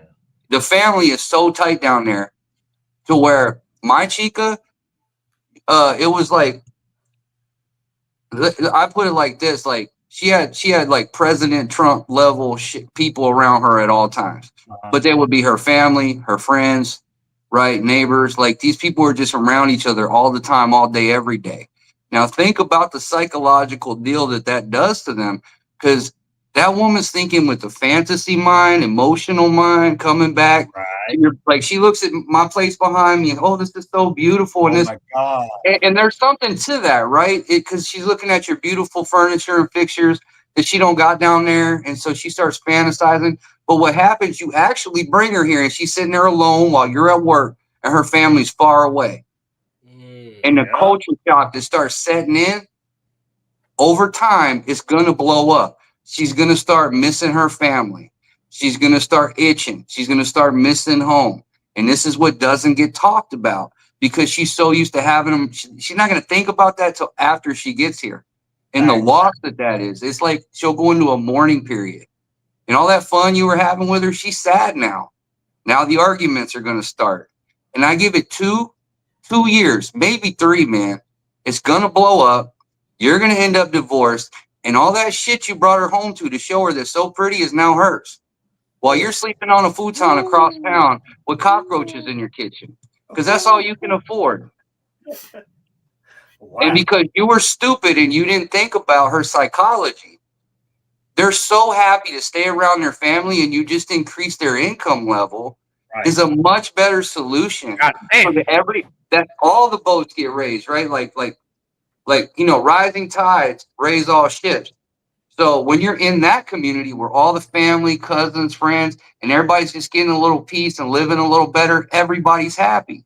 But you pluck her out of that, come here, you could give her all that, right? And then some, but she's alone, she's going to go nuts. Yeah. Or Or she's going to make friends with the neighbor American feminist girl. And that's it. And that's worse. And that's a wrap. We're just going to hang out. We're just going to go down and do our nails. And then she's going to want to go to the club with her girlfriend. And now all of a sudden you got an American girl. It's not a Mexican girl no more. And now she's looking at you going, oh man, you ain't the 10 I thought you were. You're like a 5. Right. Because especially, I mean, there's some businessmen in these clubs and stuff, lawyers and shit, that make me look like a broke man. Right. You know? Yeah. and she's fine as hell. So she's gonna start looking at her options. So that's another way it could go. They're exotic. It's another way it could go wrong. You know what I'm saying? So, but either way, it's like all roads lead to doom. All roads do not lead to a happily ever after, 50 years married. You know, none of them go to that. They all go right off a fucking cliff. So if you bring her back here, that's your future. Start getting your money together. Get the lawyers on speed dial, because that's your future. That's your future. Start hiding money in the Bahamas, Switzerland, somewhere. Dig a hole, bury some jars full of money. Whatever you got to do. You know, start doing tax evasion. Grow a mustache. Move to another country. Change your name to Pierre. I don't know, but it's gonna be a bad day. We need to talk about more stuff like that, because a lot of guys, like I notice in the groups, right? A guy will post his wife, his new wife, and everybody everybody jumped on me in the Facebook group. You know? That's exactly what happened to me in the Facebook group, because the guy was posting about how he got his wife that car, and he had that feeling in his stomach about her, right? Like she was acting ungrateful. And I told him, like, you already done fucked up, and everybody jumped on me. But I was just trying to tell the truth. Like, but they don't know. They don't know. This is just the beginning, bro. This is just the beginning. You're like John B. with that R&B singing, a white brother John B. I mean, I hate to be the guy that brings the bad news. Oh, John B. Big dog. But you know, a lot of times they don't want to hear the truth. You know what I'm saying? You don't want to hear the real fact. That's what I'm saying. But I'm not leaving Colombia. I'm not bringing her to the U.S. I'm just saying, like, don't shoot the messenger. You know, like, I don't want to bring the bad news, but the news is what the news is. I'm just the carrier. I'm just the carrier, man. Would you rather me lie to you? Cornbread. It is what it is. You know. But a lot of guys go in there like women do to each other and blow smoke up their ass, and you know, oh, you're beautiful. Oh, you're skinny. Oh, you're, you know. He don't deserve you. Men do that shit to each other. Oh, it'll be fine, man. You know, she'll get back in line. No, she's not, dude. She now has the U.S. She now has the U.S. government behind her. We're gonna tell them all over here, man. Once she has her green card, and then later her citizenship, she's got the entire U.S. government behind her, and you just got you. You know where she at? Don't bring her back. We tell them over here. Leave her in her country. The only exception would be, Ronin, is like if you're like a Donald Trump level dude or something, you know, like if you got it like that, like you're rich, famous, then yeah. But your average guy, leave her there. Average guy, leave her there. I mean, because even that, even in that situation, right? Even in that situation, she divorces you, takes half your shit. You got $2 billion. Oh, cry now. You got $1 billion. Like, life will go on. Even if in the worst case, like what happened to Tom Brady, right? Like, if you're in that kind of level bracket, then do whatever the fuck you want. You know, it might last forever because you're that kind of dude. But even if she divorces you, you're still a multimillionaire or billionaire, or whatever you are. But for the average dude, you are gonna be bankrupt. You know, you're gonna be because you're not gonna be able to afford to move on with your life and go to that next woman because she's gonna be taking all your money. Yeah, God forbid you had kids with her. It's like 75% of your shit's going that way, right off the bat. Pop tarts from me, OJ. She a pop. Man, we going too hard. We gonna stop this. We almost 3 hours. I was answering the question, Ronan. No, you did good. Look, we're going to stop this. We're going to jump back on Saturday, but if anybody in the panel want to do something before that, you got my support. But we're going to stop till Saturday on this channel. But if Miguel, Paul, Black Cleaner, Black Cleaner, did you put your channel out there? Oh, I'm gonna put it in the links right now. Put your channel up. Make sure you, brother, subscribe to everybody on the panel. So, brother Paul, did you make a channel yet? No, I don't know what to make a channel about, man. Man, you're a white dude dropping the game. You might call it white brother dropping the game. You know what I'm saying, brother? Right. Look, Paul, look. I love real talk. I'm just a guy in my apartment who drives trucks, man. That's we can make a channel about trucking. Hey, I was a truck driver. No. Hold on, y'all. Let me drop this. Look, Paul got on there with us, and multiple people asked me for your channel. Just like when Black Cleaner come on, brothers ask me for Black Cleaner on Jay and Miguel or Gent, whoever come on, whoever jump on there. So think about it, Paul, whatever you want to make a channel about. If you just told your stories from the road of being a trucker, Oh yeah. and just what you went through. Look, as a man, the shit that we've been through, Man. people will rock with because we've been through a lot of shit, all of us. I don't care. Like I tell men all the time, like the pro blacks get mad with me when I say stuff like this. I'm like, look, I don't care what your paint job is. We all the same. No, we not. People get mad with me all. I say, look, man, I ain't on that, that Umar Johnson stuff. Look, shout out to Umar Johnson. I think he's a smart guy. I'm on a masculinity thing, whereas men, I'm a man. I think it's more of that. That's me first. Look, do I gotta turn his head around? Oh, don't make me turn his head around. Sure, y'all would have got on the other side. So my neighbor give me this hat. It's a great hat. Don't make me turn the head around. Y'all don't know. Look, you can see the side. Don't make me turn the head around. So look, I am by masculinity first, us working together. Now look, my card is a so-called Black American. That's my card. That's what I ride with. But I ride with any male, regardless of your pay job. It's like I said last time, Ronin. I think it's in the modern day, it's not about black versus white or any color. In the modern day, it's innies and outies. And we have to find a way to work around our own government and be able to put ourselves back into the natural place where men belong and try to create a culture within our own households, right? They used to be nationwide for us, right? And for hundreds of years. But we, each one of us that want to have some sort of a relationship with a female or even a family, we have to, it's innies and outies, men and women. So we have to figure out a way to navigate this modern world and find a woman that will fit that mold of a traditional woman, that will let a man be a man and keep that level, right? God, man, woman, children, and hold that role and love that role and want that role, so that a good man like any of us can come in there and fill that man role and do our job correctly. And it's hard to find that in this modern world. And that's why a lot of these conversations take place, because we got to go somewhere else to find it. Right. And so I think it's innies and outies at this point. And when us men get together and talk about these things, then we can find success. Whether you're a small little truck driver like me, or, a big baller real estate man like Ronin over there. Right. I ain't that big. Look, right. I'm saying, all levels, all levels. Man, look, but this is the thing, man. We about to stop it, but I'm gonna tell you, man, Brother Paul, you're always welcome. And any other look, man, I make y'all laugh, man. I get look, Uncle Jay, man, make you laugh, man. You brothers. I get emails from brothers from everywhere. I'm talking about Latin America, brothers from, I'm talking about even Ukraine. I mean, I watch you all the time. Like, you're my brother. I don't care if you're Ukrainian.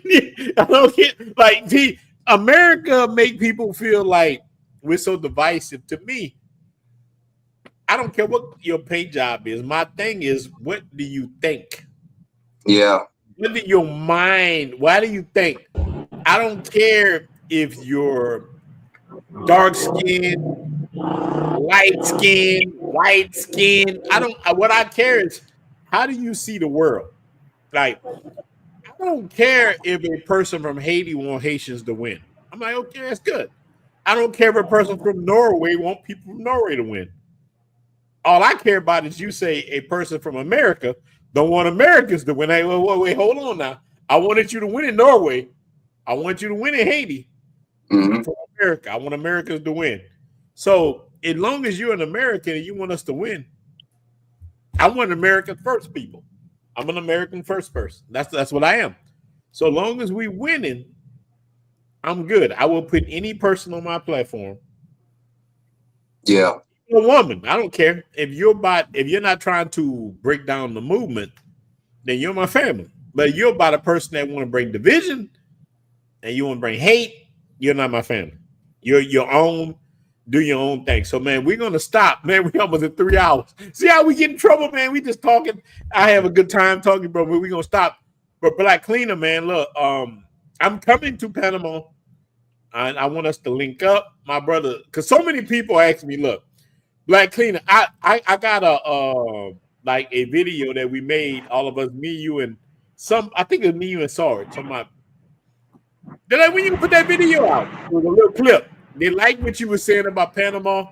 So many people ask me about you in Panama. I say, look, they said, when you going and visit Black Cleaner? I said, man, I'll make a point. So Black Cleaner, man, make sure, even on this video, comment and put your credentials. And Brother Paul, we got to get you a channel. I don't know. We're gonna call you White Midnight. I don't know. We're gonna call you White chocolate. Yeah, white chocolate. I don't know. White bread. I don't know what we gonna call you, but we got to come up with a name for you, man. And shout out to all my brothers. I'm telling you, man, we're gonna win, but we're gonna stop it right here, brothers. Make sure you subscribe to all my brothers' channel. So we're gonna play the song. End it. You know the song, Poppy, you say you love me. Poppy, you say you love me. But you never look, make y'all laugh, man. You know how many companies now are reaching out to me to play this song? Poppy, you say you love me. But you never give me right there. So that's the song, man. We're gonna end it right here. Any of you brothers on the panel make a video before Saturday, I'm here with you guys. We out. And shout out to you guys. Look, OJ, all you guys, man. Gentle to go. All you brothers. Miguel. We out. All right, peace out, brother. Shout out to all you brothers. Take care, fellas. Make sure you subscribe to all you brothers, man. We out here. Money.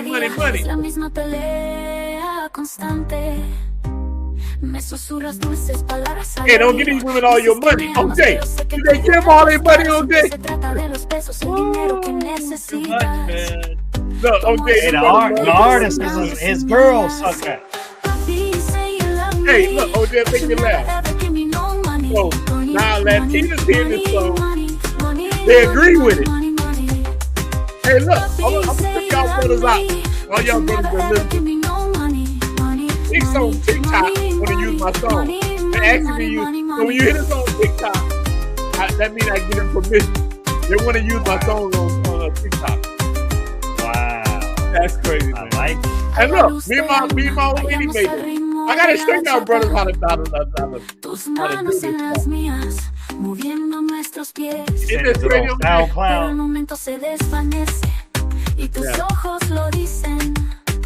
No, wait. It's not on SoundCloud yet. I had to put it on there, man. But I look, this is part of the whole game. I can teach y'all guys how to do this. I'm saying I wrote this, my old lady sung it, and no, she made this and brought the product. Look, she was just like, and she was like singing what I was telling her. Oh, the artist is my old lady. It's a Dominican chick. I made her sing it. Yeah, it's crazy. Okay. Yeah. I'm trying to get the cast to understand this. Look. It's the way to make money. Yeah, ahora veo a través del brillo y el encanto. No ser engañado, no caer en tu trampa. That's the first time I stayed around to listen to the whole thing. Yeah, it's a good song. Man, you may have a little money maker on you, bro. Oh man, people rocking with it.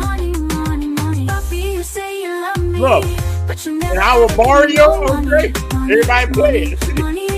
What? Oh yeah, they play the song, man. So the song represents me, like that people laughing at. Not your fault. They gave him a name, not your fault. Look. That's my other song. Look, we about to start. That's my. You know what that song called, Big Dog? Roll's Revenge. Wow. That mean I ain't letting nothing stop me. That's what I end my shows on, Big Dog. Oh yeah, I gotta teach y'all to make this music like this, man. Yeah, that's nice. I'm loving that beat. They got the Japanese thing for the Rona. Wow. Yeah.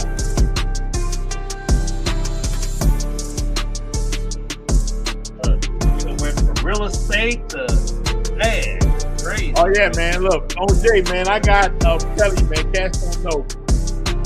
I'm trying to get the brothers on it, man. They don't know what happened. Hey Derek, you tried Hotel Miami? Try to look up Hotel Miami. Yeah, man. Look, look. That's the best part. Look, once the show ends, brothers still be in here. Let the music play. I laugh all the time, man. You know. Man.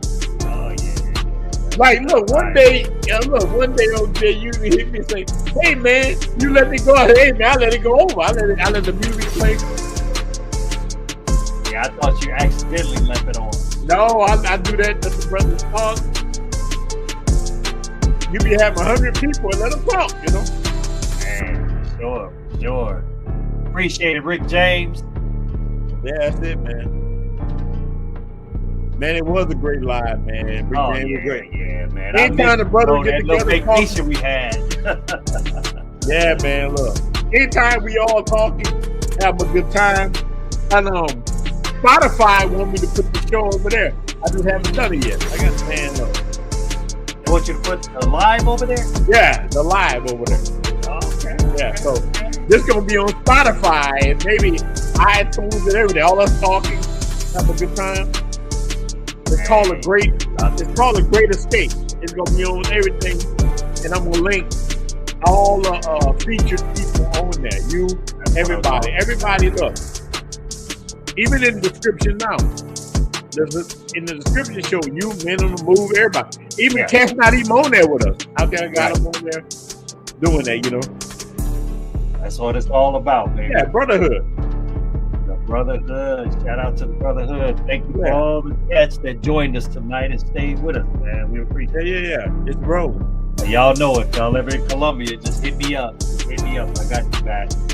I can definitely get you that local rate for sure. Man, okay, you waiting for you to open up. When you gonna open up the I'm hoping January, bro, but you know that we in the island, but we on island time. Oh, I know that. And that's what's the frustrating part, because it's like I got my money and I'm just like, hey man, matter of fact, I went off on the guy yesterday. I was like, dude, man, look, I walked up in there, was 2 cats working. I'm like, what are you doing, man? I was like, bro, I need a whole crew. I can't deal with this. I got deadlines. You know what I'm saying? Now I got another investment. I'm like, I gotta be accountable. You know? I need some progress. So I gave him, I said, I don't need no progress by this week. I said, you fired. I already got another guy. Man, so it's crazy to hear that Colombia is on that same Dominican time.